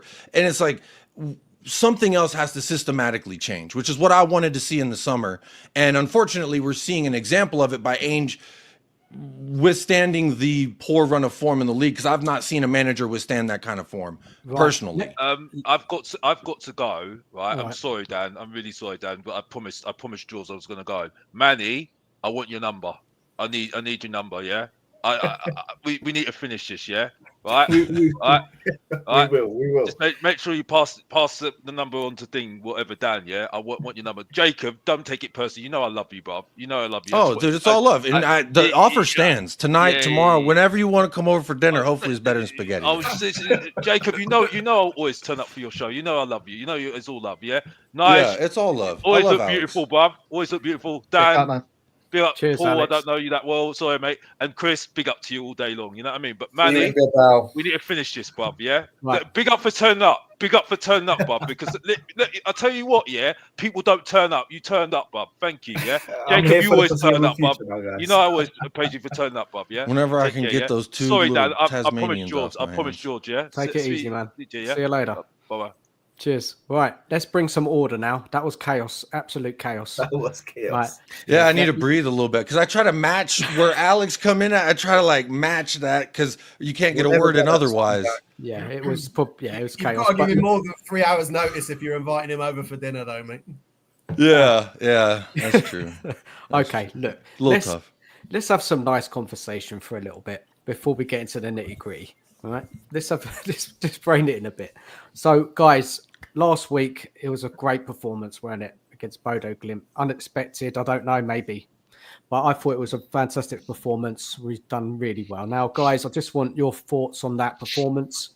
Nige, you haven't spoken for ages, so Nige, you can fill us in. Yeah, just a really good professional performance. I was concerned, admittedly. Bodo had a good home record. The artificial pitch, our away form in Europe, I did think it would be a tougher game. But I thought it was absolutely professional. And I think we showed our quality. I think it showed the levels, Premier League and Norwegian football. I think, they've done well to get to the semi-finals. But I didn't feel any time during the game that they were likely to cause us many problems. And I thought we were pretty comfortable. Fair enough. Paul, heard from you for a bit. What was your assessment of the game last week, mate? Well, knowing that we were going to go all the way to the final. I wasn't that upset by the 3-1 win at home, which some people saw as a loss, even though it was a 3-1 win. Yes, it could have been 4 or 5-0. We were silly to concede. But the performance last Thursday night told me everything I need to know about this team and this manager. That when they need to do it, they do it. And that's all that matters next Wednesday. And I thought they played very well. Okay. And Horo's goal was a shot, not a cross. Yeah, right. Chris, what is your assessment of it? Yeah, I didn't think we were brilliant. Like, I wasn't blown away by our amazing attacking play or anything, but I thought the word, I don't know if it's Nige just used it, professional was the word. We did exactly what we needed to do, so you can't criticize them for that, right? We didn't need to go and blow them away, really, did we? We just needed to be sensible, and that's exactly what we were. And we held them at arm's length, so you can't knock them for that approach last week. It worked. They did exactly what they needed to do. But yeah, I didn't think we were amazing. Like, if we'd have gone and smashed them, then fine. But we did exactly what we needed. And it was nice to see that we didn't have this kind of risk reward where we're losing the ball high up with very few defenders. We just played in a sensible way that we knew what was on the line. And yeah, you credit to them. You can't knock anybody for getting the result that you need to get. Simple as that, really. So yeah, so they were better than Bodo. They should be better than Bodo, but you can't knock them for doing. You can only beat the team in front of you, right? So did what they needed to do. Because there was this fear factor, wasn't there, about Bodo? They're so good. They've beaten this team, that team. They got this home record, and I fell into that trap as well. And really, I know you did, great. Dan. I heard you. Oh, did you? Oh no, that other goal that they scored, they're gonna come back in it. It's gonna give them life. Yeah, Well, how about that life? did. We stomped on their throat up there in Norway. Talk to me. I've been watching Vikings. I didn't think they would be excited that about bad. I didn't think they'd be that bad. And we outpowered them. Ange had a plan. He pulled it off. And I don't know if you listened to the Bodo Glimt, like the manager and the players. Did anybody hear what they had to say about Spurs after? I heard what they said before, talking all that shit. Yeah. You ain't talking when your mouth gets smacked, son. Tell you that much. I do wonder whether they were saying all the things that they were saying before the game because they thought we would literally have a go at pressing them at all times. But just like Nige and Chris said, yeah, we're 100%. Our performance was literally very professional. Paul, I think when I was listening earlier, when I was not on, the stat that they have is that they've scored in every single game that they've played at home in 2025. We went there and literally sat with the double pivot and said, break us down. And again, I keep going because I think we should keep Ange for a certain time to see whether he will change. But people who want him out always ask. That double pivot that he played at Bodo with Bentancur and Bissouma, sat and not marauding, just wandering forward. That is what helped. That is what killed them, their Bodo's momentum. So yeah, 100% professional. Did what we needed to do. Fair enough. And Manuel, Jacob, what was your view on the game last week? Were you surprised how straightforward it was, or were you confident? I'll be honest. The part that I bought into was the fact that they always score, win, lose, or draw. That's like, I think 2013. It was some insane stat. I don't know. It may be 2013. It may be 2023. Who knows? But since some arbitrary number, they've not failed to score at home. They always score at home, and we always concede goals. So it was like a match made in heaven, I thought.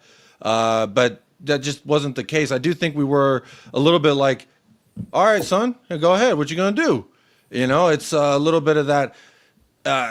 It reminds me of in another sport, in basketball. It's like whether you stay back for the drive to the paint, or you try and meet them up there and then they go around you. And I feel like if we would have tried to meet them up there, they might have had a little bit more success. Who knows? But we still maintained somewhat of a press. It was just more of like a 1-man or a 2-man press. While the rest, it was kind of 8 back. They were just kind of sitting stacked on each other. And you don't see that too often with us unless we're reluctantly without the ball, like when City just controls the ball in those manners, like we saw with Brentford earlier this year. The few times that Ange did adapt and win, lose, or draw. Yeah, people forget he adapted and we lost. right? Like, Ange does adapt, and it hasn't always worked. And when he does adapt, I feel like we've had examples of all the, you know, and in regards to Bodo Glimt, it's the first club I ever heard with pronouns, first off. And second off, that dude on that viral video with the damn gobble neck looking like a flat tire, talking all this shit. Hey, I wonder what he's saying now. But they should also be proud, because I think that's the furthest that any Norwegian team has ever gone. I know way more about Bodo Glimt than I ever thought I would, because everybody wanted that Cinderella story so they could laugh at Tottenham Hotspur. Well, guess what? Not today. Maybe tomorrow, but not today. Can I ask something? Cool, of course, Paul. Okay. How many Premier League teams are in a European Cup final this season? And the reason why you're asking that? Because there are 17 that aren't. And we are one of the 3 that are. yeah, And fantastic. I don't think we're saying enough about how amazing we've done to get to a European Cup final. This is Okay, part of the painful rebuild. Paul, Okay? I don't think it's been a tough run for us, really. If you look at the teams, it hasn't, has it, Paul? Come on. No, the hardest game will be the final, obviously. Yeah. But it's so- against the team that we beat. It was a teams. tough run. It wasn't the toughest run, but to discount the Real Madrid of Hungary is a real mistake, in my opinion. All right, to discount We lost away. the- We lost away twice. We've lost away. We've lost 24 games in all this season. So I think it was the Man City of Azerbaijan. All right, now you don't just walk up in there and order yourself a cup of coffee, my friend. You got to go get bit. And again, there's an old saying in every sport that transcends time. You can only beat who's in front of you. We didn't ask for this route. We didn't say, give me this. Now, I mean, I was technically behind the screen, but it was, you know, I don't buy into the, oh, well, it wasn't really a hard run. Yeah, it is. The marathon doesn't matter where it is, who it is there. You have to run that motherfucker. And if you don't, you fail to run the marathon. And thus far, we can see the finish line. Now, we ain't broke down yet. And I just hope we see it through to that finish line. And there's no reason we shouldn't be able to. And the history books are not going to remember the run. They're not going to remember who we've played. You know, because remember, you know who will though? Those Spurs fans that are like, "I told you so." But we were 17. It's not the same thing by any stretch of the imagination, Can't wait right? for that in 10 years. But nobody talks about the first 5 Real Madrid Champions Leagues that they played with. The Champions League having only five teams in it. Like, nobody says any of that. Nobody's going to be remembering that. And to be fair, again, Frankfurt are going to be in the Champions League next season. You know, people dismiss that. Yeah, but they're a good side. They're a good side. They are a good side. You know, and Frankfurt won Europa not that long ago. Yeah.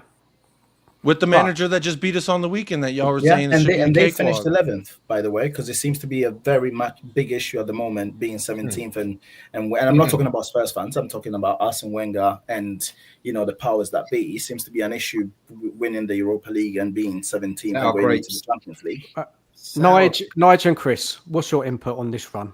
Because I haven't heard from you two. Like you say, we can only beat the teams in front of us, and we've done that, and we've done great to get to the final. Many fans were saying, "Oh, we won't get past Frankfurt. Oh, if we beat Frankfurt, we won't get past Lazio." Well, Lazio didn't even get there. So, listen, we've done well to get to the final, but for me, let's win it now. It means nothing if we don't win it, so we got to go on and win it. Okay, fair enough. Chris? I think two things can be true at the same time, right? There's kind of a battle of two extremes of this is amazing achievement versus this people trying to diminish it. Truth somewhere in the middle. We were favourites for the competition at the start. There's a reason for that. We've done well. Like Nige just said, you can't diminish the achievement because we haven't played better teams. That's not our fault. So we've beaten the teams we've had to beat when we've needed to beat them. But at the same time, I don't think we've beaten anybody that we shouldn't be expected to beat. But we've still got there. So you've got to give them credit for that. Like, the Frankfurt I think was by far the hardest team, but Frankfurt's form has sort of dipped quite a bit since they lost Marmouche. But equally, that's again not our fault. We didn't sell Marmoush. We can only beat the teams in front of us, and they've done it when they've needed to do it. So I'm kind of in the middle. They've done really well to get there, and we're all going to be super pumped if we win the trophy. And absolutely agree entirely that nobody is going to remember the run. They're just going to remember whether we win it or not. 100%. Can I just say? I forgot what I was going to say. What was I going to say? What were you just? Oh, I'll come back to it. It was so important. I've forgotten. Manuel, do you have to jump now? Do you, buddy? Yeah, thank you so much for having me, guys. I've dropped my Cheers for number in coming the private chat. So Lovely to Nice meet you, man. Manuel. Nice to Take meet you, care. Manuel. See you on the parade. Come on. See you later. I'm glad that they sort of announced the dates for the parade if and when that can happen, because tickets from El Paso to Bilbao is $3,300 for one person. And I was like, okay, well, maybe London a little bit cheaper. Just got to figure out what day. Because if we do win, I'm going to be out there. It might be the large naked white guy running around, but hey, don't hold me to it. Right. Get the Okay. cue. Guys, Chris, can I just say we were favourites all the way up to the final. We are now second favourites. Yeah, we are. It's very close, isn't it? But we are second favourites. You're right. But we were favorites because it was the most people were betting, right? Like, whoa. This is my industry. I work full time in betting. That's not how it works. It's a genuine question, because I know in Vegas the odds are based off of who's placed bets where, and that structures who's a favorite, because they're like, everyone's said, Johnny Appleseed's going to beat up Jimmy Appleseed, and everyone put their money on him. So now the odds are 50-1 against, or 50-1 for. I don't know enough about it. It's a genuine question if that's how it worked for whatever everyone said we were the favorite. I was like, does that mean everyone's betting, or does that mean we actually are? This is my industry. This is what I do for a living. I was head of trading. 5-1, by the way. Sorry? I've got 5-1 all the way through. Yeah, now. Good price. So it's the perfect person to ask. Let me just bust a couple of quick betting myths. One thing I heard, which really annoyed me at the start of the season, was loads of people going, "Oh, they're only favourites in the UK, and the Spanish teams are favourites in Spain," and that's absolute nonsense, and it's just not true. Betting is a global industry, so you won't find that it's massively different from one country to another. That does not happen. And the second thing, Jacob, what you just said has some truth to it.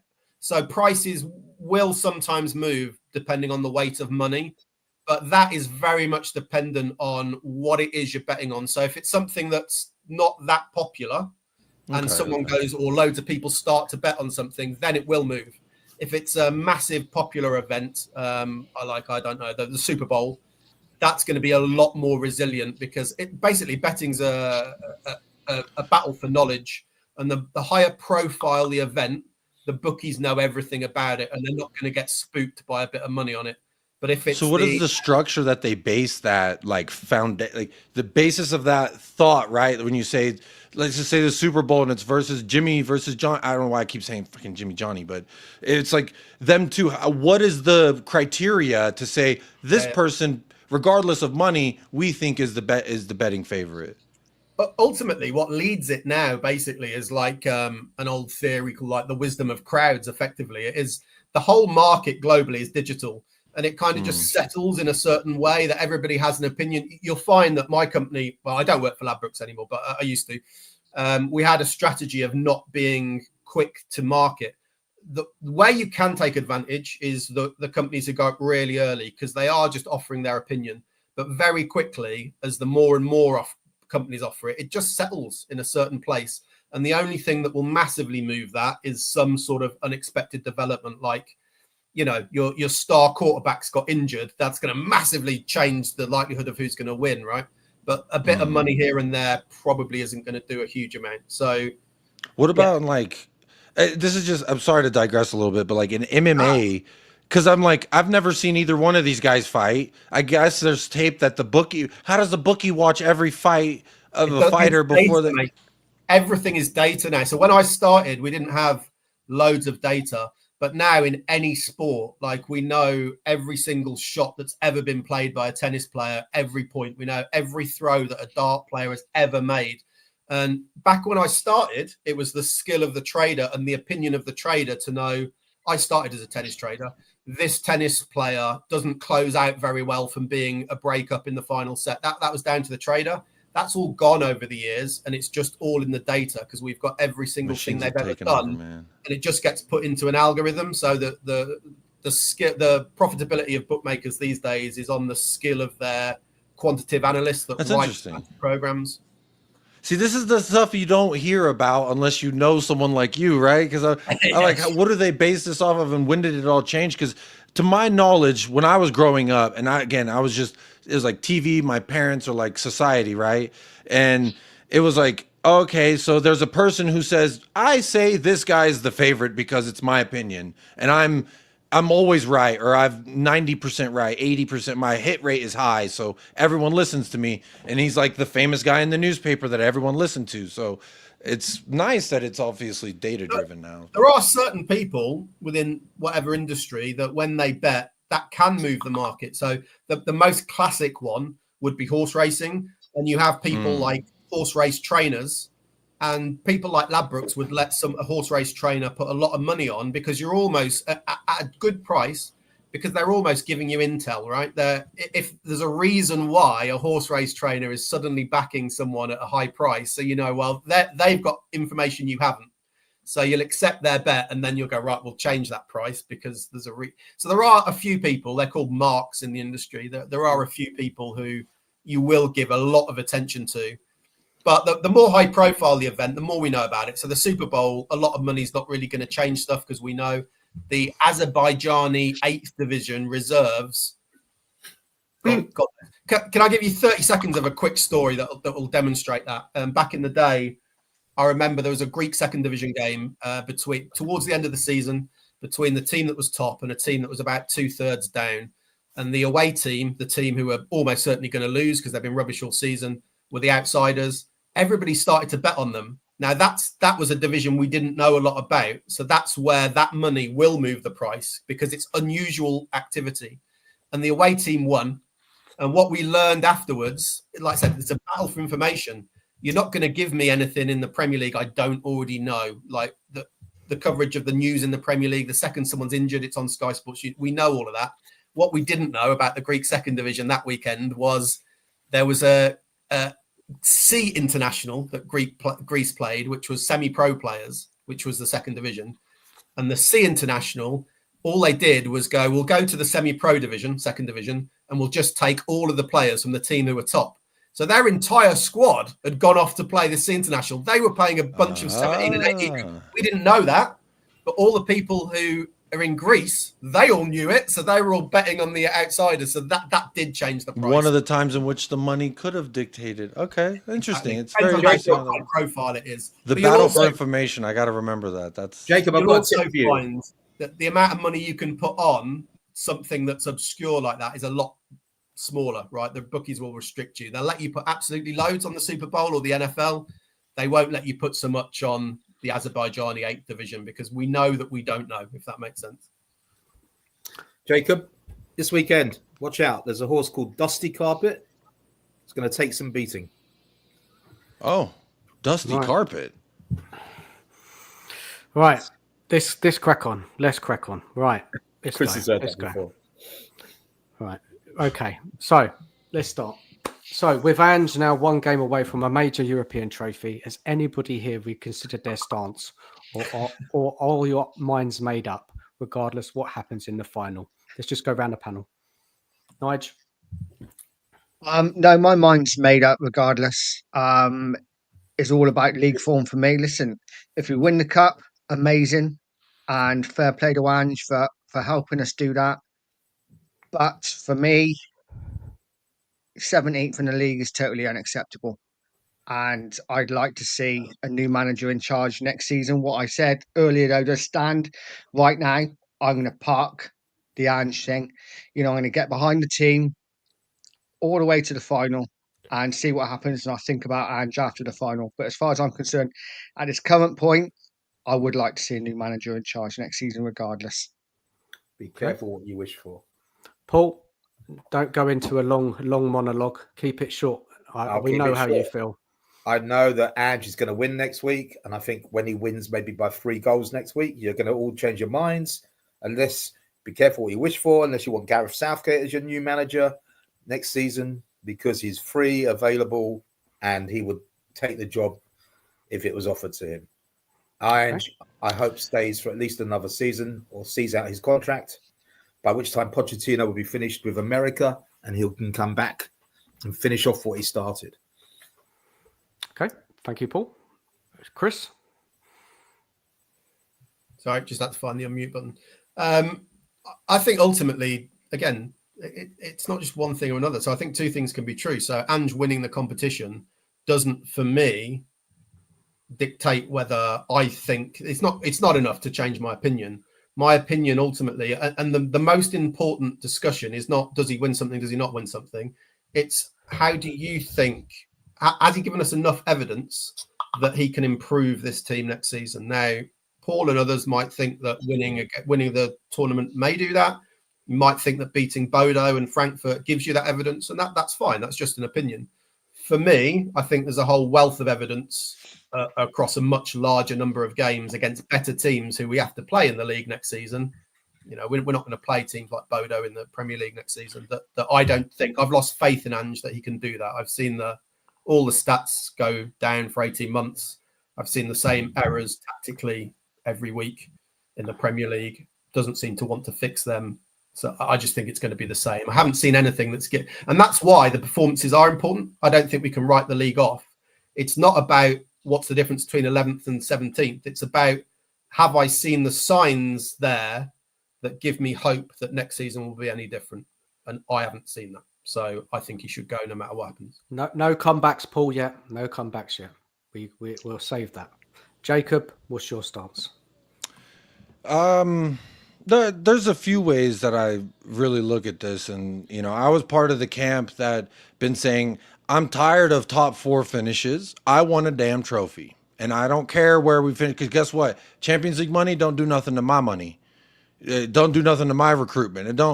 So I've always felt like it's inconsequential for me as a fan. What I want is to watch my players and managers' armpits get sunlight or the floodlights, whatever light is on. I need them pits. I need armpits. Show me your pits. That's what I want. Since I've supported Tottenham, I have yet to see one that has been lifted that not in the preseason. So I need that. This is why I feel like it's always so relative, and everyone gets so upset, like, oh, you got to feel or think the way that I do. And it's never really bothered me. Like, I mean, I guess it did early on, but like, it doesn't bother me now when people, like before maybe Nige saying it doesn't matter what he does, I want him out regardless.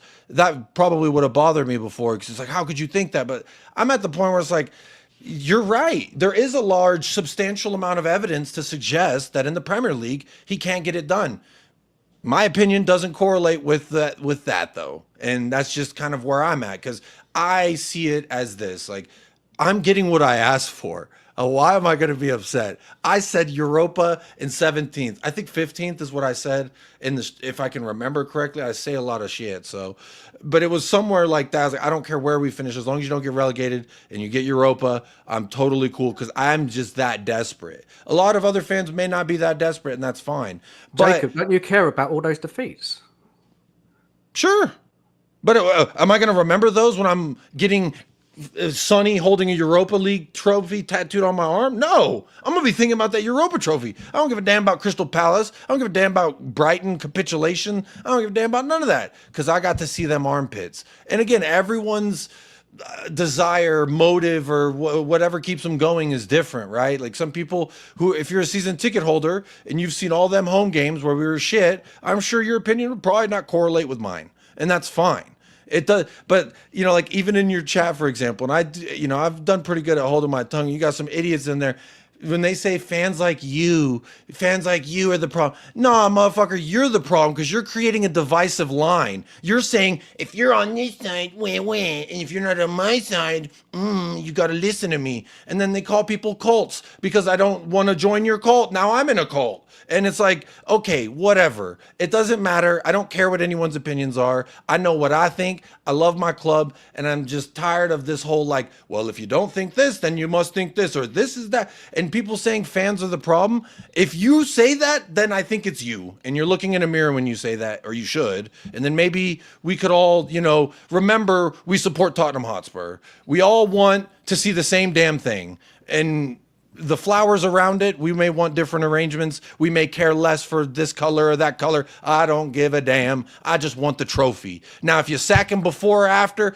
I would prefer to give him the chance. I would argue that if he wins the trophy, he deserves, and this is a relative word, deserve. Everyone's gauge of how much deservedness is different. You you become the 4th most successful manager in a club's 143-year history. I think you deserve at least 10 more games in the Premier League next year. At least. That's my opinion. And I think that, I would still, at this juncture, let's just see where it's going. And, because we have been able to get to a European final, and that's something I haven't seen since Poch, and since before Poch, it didn't happen for me because I wasn't alive when we won European honors. Okay. Jacob, thank you. Can I just to say, the kid in this picture, this was the last time we won a trophy, okay? Yeah. Not the guy in the hat, because that's me, but the little boy, his name is Joseph. He's now married with 2 kids. That's how long ago it is since we won a trophy. Yeah. Okay? So don't demean the chance we have next week of winning a trophy. Who's demeaning, Paul? What are you saying? Just explain. I'll tell you who's demeaning. I'll tell you who's demeaning. That little 4-foot-tall Smurf in your chat, Stelios, trying to talk shit. My content's there, you bitch. You can find it. All right? Talking about new school fans, blah, blah, blah. This is exactly prime example of the pussy-ass mentality from some of these Tottenham fans. They divide a line. Years I've been going, and I've supported us through thin and thinner, okay? Right. And I'm going to see us win a trophy next week, and I'm all here for it. Okay. And we all want to win. Negativity, and let's have some positivity. Thank you. Right. We all want to win that trophy, wherever we stand. Of course we do. Yeah. And just because I'm in America doesn't mean that I can't also support a team that's you're less on the of a other side fan. of the world, by the way. Right. Yeah, I've been told that by Tottenham away, Smelios. Yeah. Guys, He told me I was less of a fan because I've never been to London. And it's all right, then buy me a ticket. Let's not do it here. Just not do it here. Let's just. Who brought it? Who brought it, Dan? Who brought it, Dan? I don't know. I'm not up to date with the chat. I'm trying to run. I'll tell you who. Not me. You can ignore the chat. I ain't seen the chat. I'm trying to run a show here tonight. I know it's hard. Please let's just try and keep it with us. Yeah. Let's bring it back. Well, when your chat talks utter bullshit, I'll pull it up and I'll talk about it. Okay, Again, I've enough. told you this on air, off air. It doesn't matter. Fair enough. Bringing it back to Ange, fundamentally, the problem you've got is that 2 things can be true, right? So what Jacob just said, the 4th most successful manager on the metric of trophies, that is true, or potentially true if we do win it. But yeah, if you judge him on league performance, he might be, and losses, he might be one of the worst managers we've ever had. And then you've got the 2 things that are both true at the same time. And then it's just a matter of opinion, which camp are you going to go in? Are you going to go in with the positive one, or are you going to go in with the negative one in terms of what do you think's most likely to happen next season? And that's all it is. There's no harm. I don't agree with Jacob, but I can fully understand, he reasons a point well enough for me to go, all right, I don't agree, but fair enough. That's what you believe. No issue, man. It's kind of the same in regards to Ange out. I've understood. I remember it was Everton in our Premier League form. I was like, man, this is really that. It's weird. We're in a 6-point game at the bottom of the table. And I felt like I kind of told myself, well, if we can't get 3 points versus Everton, I'm fine if you get sacked. I'm not going to advocate for it because of the past that I've seen, but I would understand, and I wouldn't be upset with anyone who is Ange out, because there is enough contextual evidence there to say I feel this way or that way about it. Right. I think the most important thing is I don't it's not a personal. I have no issue with we can disagree and it not be a personal. Yeah, exactly. Because again, we're all going to be celebrating the same thing. Mate. I don't mind. Okay, let me get to my stance, and then we can, because I've got a set of questions here what's going to challenge both sides of the argument. Okay, that's what we're going to run through now. I don't know how far we get. I don't know how long people have got. I'll try and get through as many as possible. Now, my stance on this is Ange out. Even if we win the Europa League, I've been miserable this season. I can't accept this level of defeats. I kind of sit watching this rubbish football week in, week out. And that's all I'm going to say for now. I'm sure some questions are going to come up and then you guys can come back at me. That's fine. Okay, so question number 2. Many have said Ange's system can't work, but he's taken Spurs to a European final. Doesn't suggest some tactical flexibility or growth. Who wants to take this first?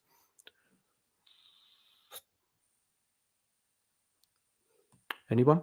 Or shall I take Well, it? the thing is, he changes his system for Europe, doesn't he? So he doesn't play the same way. Or he certainly hasn't in the knockout stages anyway. He probably did play the same way in the group stages with the league stage. But I think when he changed it, it does work. And that's the thing. That's the frustrating thing for a lot of Spurs fans, that we can see when he does tweak things, when he plays differently, that he is getting better out of the players. So that's why it's so frustrating that when we go back to the Premier League games, we seem to play exactly the same way all the time. For me, that's the reason I want to change, because he doesn't do it enough. He has proved that he can change. He's proved that he can, change tactics, drop the line, or, not play inverted fullbacks. He's proved that he can do that, but he just doesn't do it enough. And I back that up, Nige. So I don't get it. I don't understand why he wouldn't change up earlier this season, last season. We could have made Champions League last season if he just adjusted in a few games. Or maybe if everyone was rooting for us to beat City, cough, cough, maybe we could have won that. It weren't too. just that game, Jacob, was there? There were so many games. There's other games too. But hey, it helps when you have your fans rooting for you to win, I would argue. Yeah, fair enough. But there was points we could have picked up last season and got that Champions League. But anyway, my point is I just don't understand it, why he hasn't changed it sooner. We've clearly seen he can do it. He's done it in the Europa League. He's got us results. So why hasn't he? Jacob, maybe you can answer that. My assumption, because it's purely that, I don't know Ange personally, and I'm not in the locker room, so I can't say why I think he hasn't done this or that. But my best understanding of why maybe he's reluctant to trust an adaptation that has worked in a particular instance is due to the fact that we've had, and this is where I start to factor in the injuries. Now, I know Alex would probably say I'm making an excuse here, and that's fine. My wife says I make excuses all the time, and I say they're reasons, honey. Trust me. But they're not. They are. Who knows? But when you have injuries and you don't know what midfielders you got, what backline you got, there's a sense of unfamiliarity. From this is, again, all my assumption.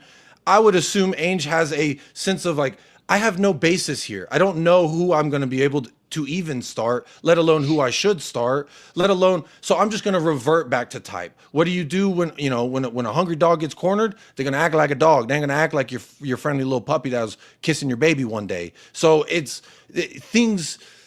That's my assumption, like why he hasn't changed. But I would also argue before he made any of those changes, we were 30-40% of the Premier League season. And Ange had Timo Werner, Dominic Solanke, and Brennan Johnson as the leading scorers in the Premier League.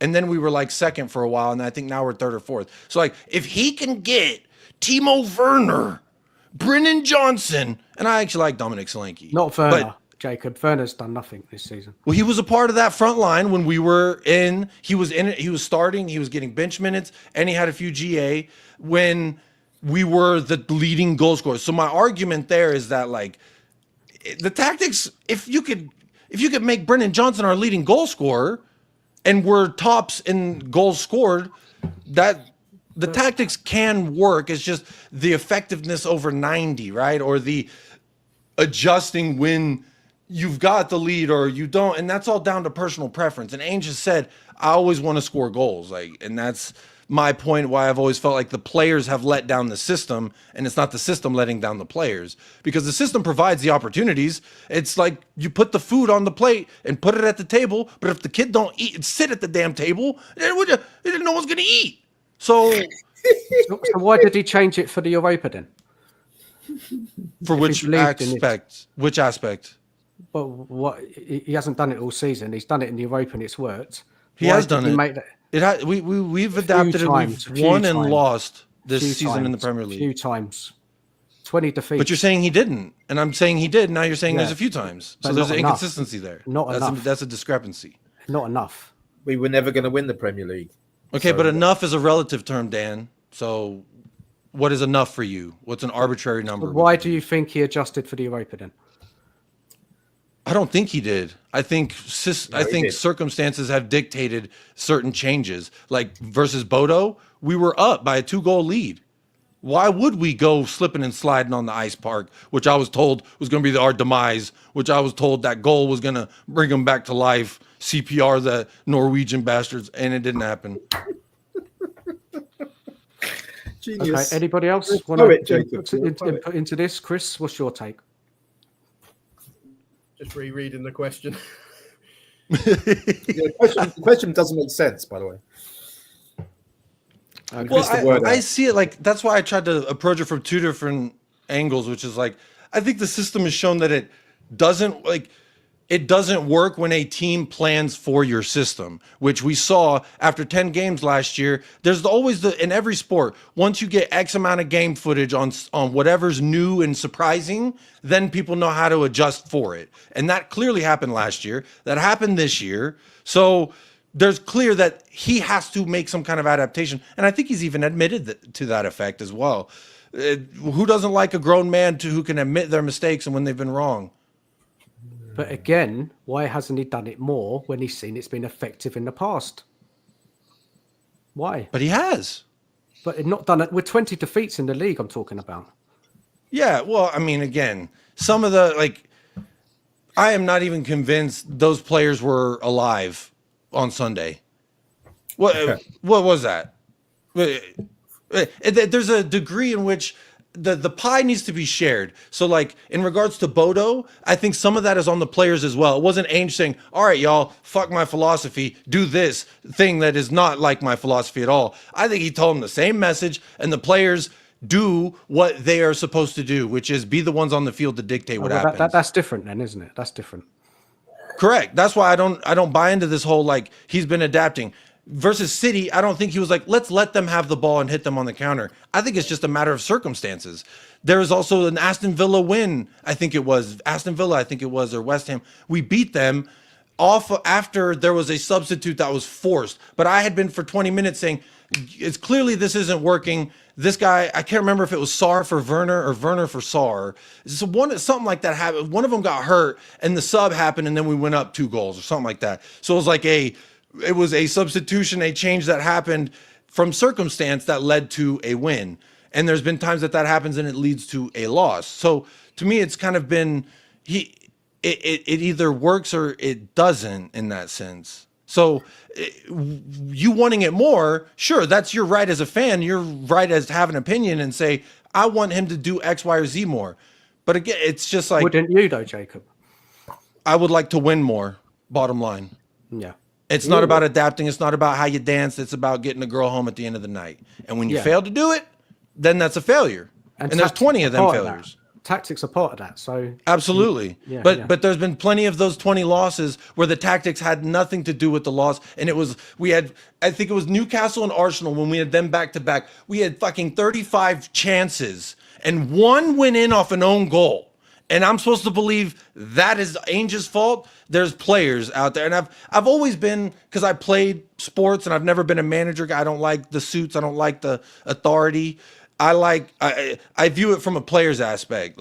How much does this manager actually get a say when I'm out there? They sub my ass out because I ain't going to always do all the X's and Y's that they need me to do because I'm playing the damn game. And at some point, the players, whether they're sticking their head down and saying, I'm doing exactly the directions he told me to, and I'm not deviating from it. At some point, you are a grown professional. You are your brand. You need to take it into your own hands when you're running and you're constantly hitting your head against the wall. So it's they're all to blame and they're all to get credit, in my opinion. I agree with that, but there comes a point as a manager in any walk of life where if the people you're responsible for are not doing the job to the best of their ability, you're the one who takes the responsibility for it. And that's just life. So I agree with you, though. There's not where I wanted to challenge something you said right at the beginning, Jacob, was about people who blame everything on Ange. I don't think anyone blames everything on Ange. I don't think anyone thinks that changing the manager fixes every problem at Tottenham Hotspur. But ultimately, it comes down to, do you think next season things are going to be different? Do you have enough faith? And that's where we disagree, right? You obviously think there's enough there to think that things will get better. I think there's enough evidence to say it won't, and that's the fundamental disagreement. And I would also say, I'm not even so sure I want to jump in the pool next year, but I maybe want to put a little toe in, just see what's going on, you know? What worries me about that, though, is then you've got to back him in the transfer window. I feel like the transfer windows are going to be happening in this structure regardless of manager. I think if we had Johnny Smith and not Ange, we would have signed an Odegaard, or because we were trying to get Doué, but then we ended up with Odegaard. Then we tried to get this player, and we ended up. That's the story of Tottenham. And like Jose Mourinho said, "Hey, I got you a really good deal, Kim Min-jae and Kvaratskhelia," and even fans were like, "I don't want a Wi-Fi password," and we don't. And now he's balling at PSG, playing in a European final as well, just like Tottenham are, by the way. But I disagree. Like the whole recruitment is another issue, which again is part of the wider problem. And we will never know on any player who ultimately wanted that player. Right? We can only really go by the bits we hear and the bits we read. But based on what we have seen and heard and the general sort of opinion around the players he has kind of allegedly said that he really wants, of which one was Werner. He signed him twice, so he must have signed that off a second time. I don't remember him saying with Werner specifically. Sorry to butt in just real quick. I remember he's saying Johan and Scott presented me with this thing, and I said sure. And he's always said that about the transfer policy. So he's implicit, at least with some of the blame, right? So if he said he's the driver of the getaway car, but he didn't go shooting the bank teller. So I love that. He's the one who says yes at the end, right? You've just said he's the one who said okay, so to go ahead with. He's still culpable, sure, but like, sure. But I mean, if I walk into Willy Wonka's factory, I'm like, wow, I've only been at Joe's candy shop, you know. You're gonna be like, yeah, what candy you want me to eat? I'll eat it. Yeah, there are loads of people who have contributed to the failure of Tottenham in the league this season. There's not a question about that. Simply comes down to, do you think Ange should have done better with what he's been dealt with the injuries and all of that? I think he should have done. I think there are teams above us with less teams. I agree. Squads who have outperformed us by miles. That's my opinion. Ipswich, I mean, losing to Ipswich and you go man for man like we did with whatever team, I was like, there's an argument there for some of their players to be better than ours. But you go to Ipswich, there's no excuse there. I go to Everton, I don't want any of those players. You know what I'm saying? So it's like, when you are failing to get 3 points or even squeak a draw versus some of these, it is a failure from all levels. And Ange is a part of one of those levels. I agree. He's not the only one that needs to be sacked, by the way. There's a couple Johan more Lange, well. I'm convinced. You look at Aston Villa, he's there, they're fighting relegation. He leaves, they're fighting Champions League. What happens when he comes here? We are in Champions League, and then we go down now fighting relegate. I'm just saying, there's something there. Right, let's move to the next question. Let's move to the next question. Yeah, let's go. It's good. Good stuff. Good chat. Jacob, you're great. I'm your biggest thank you. fan. I think you're great too. If we lose that final and finish 17th, how do you see this season? Let's start off with Paul. I can't even contemplate us losing. You have to, Paul. You have to. For the question, please. Because I'm a positive person. Yeah, but I don't ever think about the fact we might lose next week. Just come on, just answer the question, man. Stop avoiding it. If we lose, due to a referee that took bribes 20 years ago, and if we lose that final and finish 17th, it's been the worst season I can remember ever since 1970. Okay. Apart from when we got relegated that year. Fair enough. Thank you. I agree. Disaster. But why have the board stuck with him? Tell me that. What do they see that we don't? There is a theory. Look, we don't know that they're sticking with him because they think he's the answer, right? I think what we have seen is some movements in the background now with this Vinay coming in, Paratici maybe coming in. And there is a theory that they're going to wait to make a complete overhaul again in the summer. And that's one potential reason why they've stuck with him. So rinse and repeat. No one knows the answer. Rinse and repeat. So the manager wins the cup, first time in 17 years, but they're going to get rid of him because they want to have a new structure. It's called wanting ambition, isn't it? Like wanting a club to do better, not accepting 17th in the league. So when last time we won a trophy and we stuck with the manager, how well did that go the next season? He didn't last very long, but this is the game-changing stadium, if I remember rightly, that opened 5 years ago.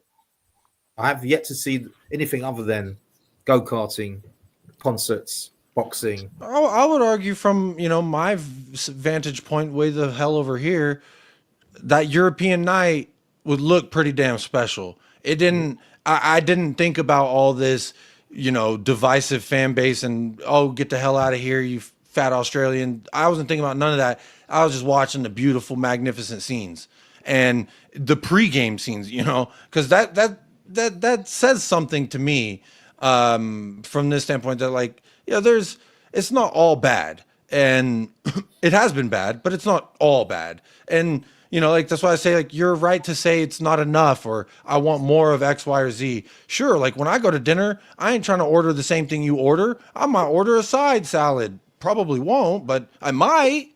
And that's the fun of they're supposed to be. But now it's you eat your chicken pot pie or grandma's going to smack you. And it's oh, you're not a real fan. It's this Pinocchio bullshit. I'm a real boy. What dictates that? It does impressions as well. So Jacob, what's your answer to that question, man? What's your answer? I forgot the question. Oh, how do I see the season? Shitty, with a glimmer of, that was nice almost. But it would I would say it would make me feel how a lot of Tottenham Hotspur seasons have made me feel at the end of the season. Damn, that sucked, huh? Fair enough. Nige? Yeah, I mean, it's like's been said, it's not really worth thinking about at the moment. But if we do lose this, it will go down as the worst season that I can remember. But as has also been said, this isn't all on Ange. A lot of the whole club needs to take a piece of the pie. But sadly, it's always the manager that gets the brunt of it. So I think he will need to go. But listen, I don't want to think about it. Let's go and win it. And we can have that conversation next week. Well, I think it's been a failure of a season, even if we win it or lose it. You can't be that low in the league. You can't. Crazy.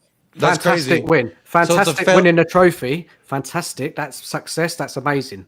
Fourth most successful manager. Yeah, do we not remember like Tottenham Hotspur has been around for 143 years.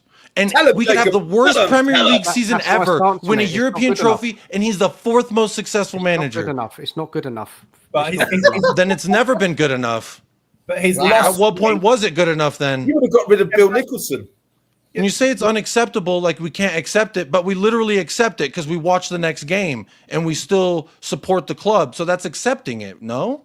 You have to bring in every single stat, right? So you can say, fourth most successful, but also at the moment with his loss rate, it's the worst loss percentage of any season in Tottenham Hotspur's entire history. So those two things are both true, right? So we can't Correct. But when, I would... I can only speak from my experience. I speak to people who've been fans double the amount of years, triple, whatever. And that's why I always say people are allowed to feel, celebrate, not celebrate. Well, I don't really give a damn because all I know is how it affects me, how winning, losing, drawing makes me feel. And I would see it as the happiest I've been was that one time at the Amsterdam final, man. Or 15-16, I love that season, but we still finished third, I think. It's that's my greatest memory. I don't give a damn about finishing third. 0 trophies. And it is legitimately the thing. It's we are Steve Carell and the 40-year-old virgin. I'm trying to fuck. And we are about to be there where we either do or we don't. And if we do, I ain't hearing it's a failure from nobody. I'm sorry, because it is not, in my opinion. It is literally the aim of the game is to win trophies. Jacob, you said everybody's got their own opinion, and that's it. Yeah, I just said I ain't hearing it. Mine. That's all I said. Luckily, you're in a bubble because you're on social media, and you have to say that out of all the 62,000 people in the stadium, 50,000 of them couldn't give a shit what people on social media say. because they're not following you. I don't care, Paul. I'm They're talking not about doing how the I changes feel. I'm Spurs. talking about how I feel. You can go you on can about feel how you social like, media but I as much think as you you should have like. a little bit more passion and soul in your life and be a bit more positive, because Rude. we're trying to change the negative. That's rude, man. That's rude. I will be No. so happy if we win that final, and I'll be behind the team and the Tell manager your that day. face. Huh? Be happy. What? Please be If happy. we win it, I will be very happy. Of course, I will be Good. happy. I'll be But happy I for do you being think the happy. You'll be season- happy with failure? Because I'm trying to understand your logic here. Because you said it's a failure if we win it. He says be happy. You said you will be No, happy. failure So you're in the happy league. with failure. In the Haha, I league. got you. in the Not just league. one thing, though, is it? It's not just one find thing. it so childish. The season on the wall hasn't been good enough, has it? It can be The two season hasn't things. been. It has been good enough Failure if we and win a success, trophy. right? I see competitive sport very black and white in the end of the day. You either win or you don't. See, fundamentally, that's where I kind of disagree. I don't think football is solely about winning a trophy. Like, go and tell that to the 90-odd clubs in the Football League or however many it is who achieve nothing every season. For me, the joy I've got over football over the years is just moments here and there. It's Amsterdam, like you just said. It's winning 3-2 at Leicester when we were 2-1 down. Yeah. It's things like that. And I have not had enough of those moments from Ange. The first 10 games I did, that was great. Since those 10 games, I haven't had enough of those moments from Ange, and I have no confidence that I'm going to have those moments from Ange. And winning the trophy will be great. It will be one of those moments, but I fear for us going forward. I've never been embarrassed by our performances as regularly under any other manager as I have been under Ange, and I don't want that next season. And that's how I feel, Chris, and that's the problem here. It's been miserable for me. It's just shocking. Never What's seen been anything miserable? like it in my life. It's miserable for you because we're going to be playing 63 or 64 games this season. Last season, we only played 41. And that means if we play 63 or 64 games this season, we have won or drawn more than we've lost. And to me, if we win a cup at the end of that, brilliant. Look, let's move on. Let's move on. We're never going to agree, are we?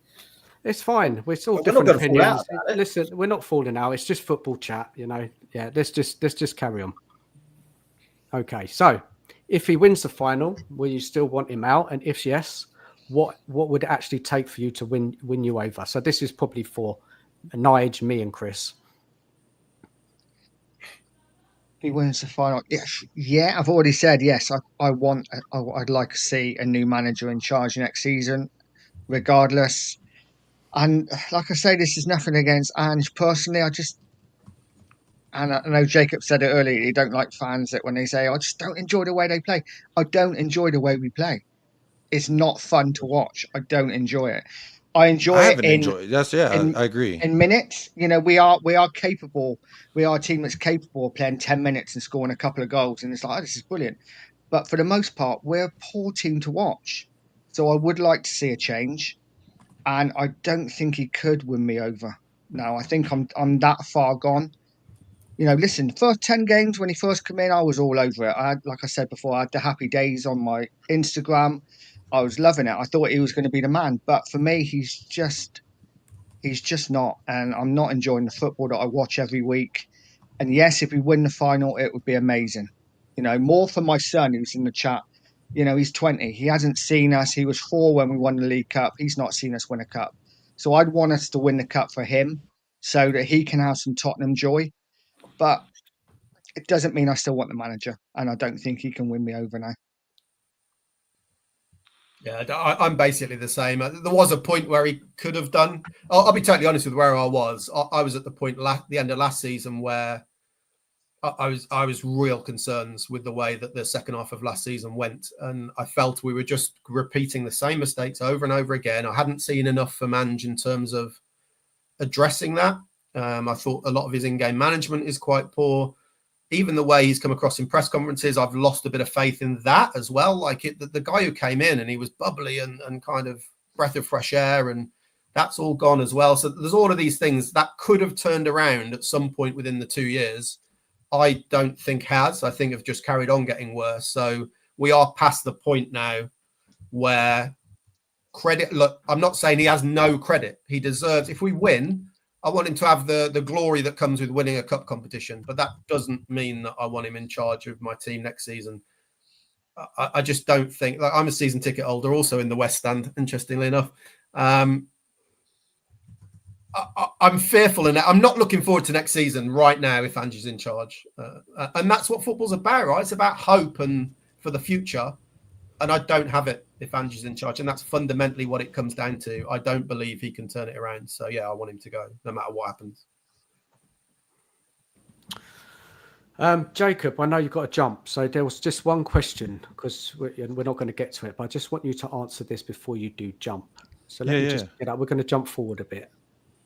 I'll answer that, though. If he wins that final, get him out of my club. No, I don't. No, but like Chris said, I do agree. I do agree in the sense, like, I don't know I don't have like the highest of hopes of Premier League glory, but again, when have we? 15, 16 is the last time I remember. It's being close. But when did you last enjoy a season, right? And that's obviously different. I'll tell you what, I did enjoy some of the Jose. I did enjoy the Conte. I even enjoyed Nuno 1-0 win versus City. That was nice.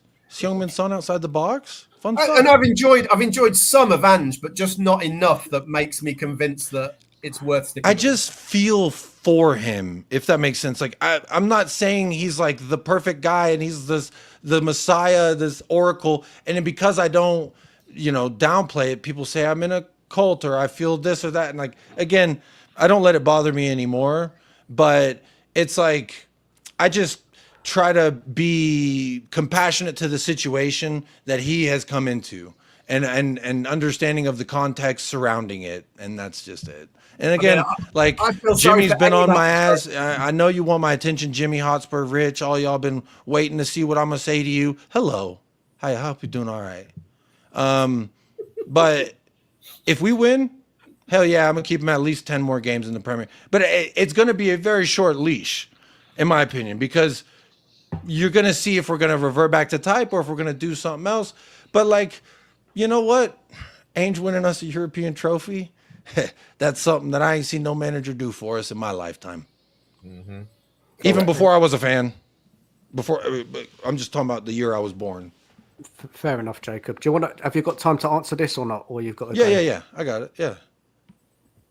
So, if you had, let me read it out. If you had to argue the opposite side for 30 seconds, what's the strongest point they made? If you can't answer that, are you fully being honest or truthful? 20 losses. 17th. Those are the first two things I would say if I was doing the opposite argument, because there is no refuting that. There is no, like Alex, I wish Alex was here to say it's facts, bruv. It's facts. Those losses are factual information. The history books will say L, and there's no debating that. So I think I can answer that, and I think I am. I try to be as honest with myself as possible, but I'm not perfect. I need to lose 15 pounds, but I'm still going to eat some Oreos if I got some. Fuck it. So, like, we can all be honest with ourselves, but this is where it all goes back to, like, what is the point for you, right? Chris is a season ticket holder. He doesn't want to see this shit, all the games that he has to go. Understandable. I'm not going to tell him how to feel. That's his prerogative to feel however he wants. For me, I don't want to see that in the Premier League either. And I'm not even going there in person. But like my whole point of my passion for the sport started because I played it. And I view it from that viewpoint as a kid, the sport that I loved. And then I enjoyed watching it because I saw players, just phenomenal players. And then Clint Dempsey put USA on the map. And I was like, I really got to get into this. Like hardcore. And then, so Clint Dempsey really, I don't know to give him blame or fault for me being here today, or blame or credit for me being here today. But either way, shout out Nacogdoches, Texas. Shout out Tottenham Hotspur because I remember I was like, what is a Tottenham Hotspur? I'd never heard of this club. Because you know what? We weren't achieving things that United were achieving when I was younger. Liverpool were achieving, Arsenal, I heard all of them. Chelsea, I heard all of them because they were winning shit, which is, again, from my perspective, the aim of the game, to win shit. So people know who you are. I didn't know who we were. I said, what is a Tottenham? I heard of a Fulham, but I've never heard of a Tottenham. And now here I am, was it 13, 14 years later? And I got more damn Tottenham shirts than regular clothes. You supported the wrong team, mate. If you want to support a team that wins stuff, yeah. Well, see, like I want it, but I don't. Also, it's a crux 22. I don't want to just be a glory hunter, right? Like I don't want to be like, who won? Who's the biggest winner? That's my team. So it was a little bit of that, and I just, hey, Clint Dempsey, and then Gareth Bale. It's really Gareth Bale's fault, technically. I feel like we're the Buffalo Bills equivalent in the Premier League, but there you go. Yeah, very good sometimes, and at your best, you still don't win it. Exactly. And you're known for losing, and that's what sucks. But the last thing I'll say here on that is, it was because Landon Donovan, he was and Tim Howard were at Everton, and Dempsey was at Tottenham. I was like, Everton, Tottenham, and you know what? It could have been worse. I would say I could have been an Evertonian. It was almost Coventry for me, who I've currently got on the screen over there. So I think I was like a failed glory fan. I supported Tottenham because of the '87 Cup final, which they lost. So, but then I could have been a Coventry fan. I don't know which one would have been worse. So. Hey, they almost beat us this year, and Jedspin saved us, which was also, I remember, I was about to beat Ange out because I was like, 88 minutes of shit. This is the worst football I've ever seen. Honestly, at full time, we didn't know what to do because it was such an appalling performance and we were all furious, but we just won. And it was just like, not quite I was like, Ange got saved by Jed Spence because, again, that was very early on. And I've defended him through a lot of bullshit between then. So it's like, at that moment, it was a very pivotal moment. Coventry. I mean, that game's almost analogous to the season, really. We've been pretty poor, but we might end up kind of winning at the end, and it's like, well, what are you supposed to feel here? Yeah, and that's another thing. It's like, whatever you seek from like joy in supporting the team or like watching the games or any of that, like it's all relative, and that's why I try to just say, I don't give a damn how anybody else feels. I know how I feel, and you feel how you want to feel. And if you want to tell me I'm wrong, that's fine. I don't care, because guess what? In my head, I'm not.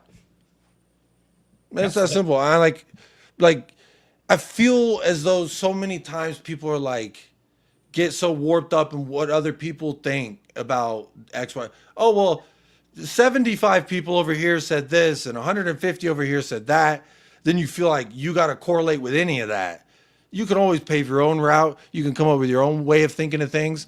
Like, I've not been Ange out or Ange in since Everton. I've just been, what's up, Ange? Hey, how you doing? Because it doesn't matter. You sack him, the problems are still here. You keep him, the problems are still here. Nothing is changing and that's where the faith comes in. And why I've tried to not rely on that for my like excitement for the next year. Because if I did, I would have already given up on Levy and Enoch Group because of that way we've been ran. Because if we could fail Jose Mourinho and Antonio Conte, who else can we fail? You name the bet. Pep Guardiola come here, we'll fail him too. So then it's like you get your fourth choice and he's failing. Surprise, surprise.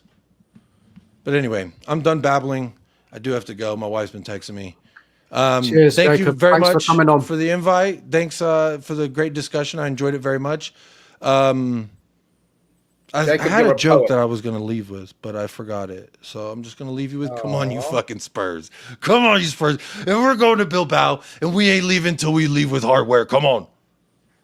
Except I'm not going to Bilbao. It's fucking $3,500, but people are going to Bilbao. I'm going to Bilbao. Right. I'll see you there, Chris. Bye-bye. Take it easy. Bye. Right, guys, this has gone on far too long. I've lost track of the time. 2 hours and a half. I mean, we've got a show next week, so we're going to pick up the Man United stuff next week because we've run out of time. Paul, any final thoughts of the evening? Yeah, my final thoughts are we're going to get absolutely smashed by Aston Villa. It means nothing. We're going to get probably beaten by Brighton. It'll be after we've won a cup. It will mean nothing. Then there'll be a parade, and I'll see you all at the parade. And Chris, I'll see you in Bilbao. And enjoy the game. Don't take it all so seriously. Okay? See you next season. Up the Spurs. Thank you, Paul. Thank you. Take care. Cheers. Chris, final thoughts of the evening? I just think multiple things can be true at the same time, right? And what happens is the argument gets often sort of shrunk to one thing. Like, he's the most successful manager. Well, he's the worst man. Well, he's both at the same time. And that's true of most football debates. And I find it difficult sometimes and this happens on both sides of the argument, they refuse to concede any points to the other side of the argument. He's either the worst thing in the world or he's the best thing in the world. Well, he possibly is going to win a trophy. You can't. How many managers at Tottenham have done that? Not many. But does that mean we should completely ignore the fact he's possibly going to have the worst league season ever in our history in terms of losses? Well, we shouldn't do that either. So the truth is in the middle, and everyone's got to decide whether you think he's the right guy for next season. I don't. If you do, I don't have a problem with that. But the main thing is that I disagree slightly with Paul. I agree with that we probably will get smashed at Villa. I don't think it doesn't matter at all. I think the performance should matter a little bit. And it certainly should matter enough to the fans who are paying all the money to go. But I think the result for sure doesn't really matter. All that matters right now, between now and the end of the season, is just what happens next Wednesday, right? And we can park everything and we can come back and have a debate on Ange after. None of it matters before next Wednesday. And we just all need to get behind the team. And fingers crossed, we have a night that we can all celebrate. I also don't like this. You're not with Ange, you can't celebrate. But we're all Tottenham fans. We've all suffered enough over the years. So for one night, hopefully we'll all celebrate together, whether you're Ange in, Ange out, whether you're Levy's best mate, whether you're Donna Cullen. We can hopefully all just have a good evening and enjoy some success, because God knows we've waited long enough for it. Cheers, Chris. That was a very good way of putting it all. Nige, any final thoughts of the night? Yes, it's really hard to follow that. I just get behind the team now. We have, like I say, biggest week in Tottenham's history for many years. Forget the fact that we are absolutely horrific in the league. It's all about Man United in Bilbao. Like Chris, I would like to see a performance on Friday against Villa. More for the fans, just to give us some hope. Because I must admit, after the Palace game, I was like, how are we going to win that final without arguably our best player in Maddison? Because it does concern me that we have no creativity. But, I'm confident.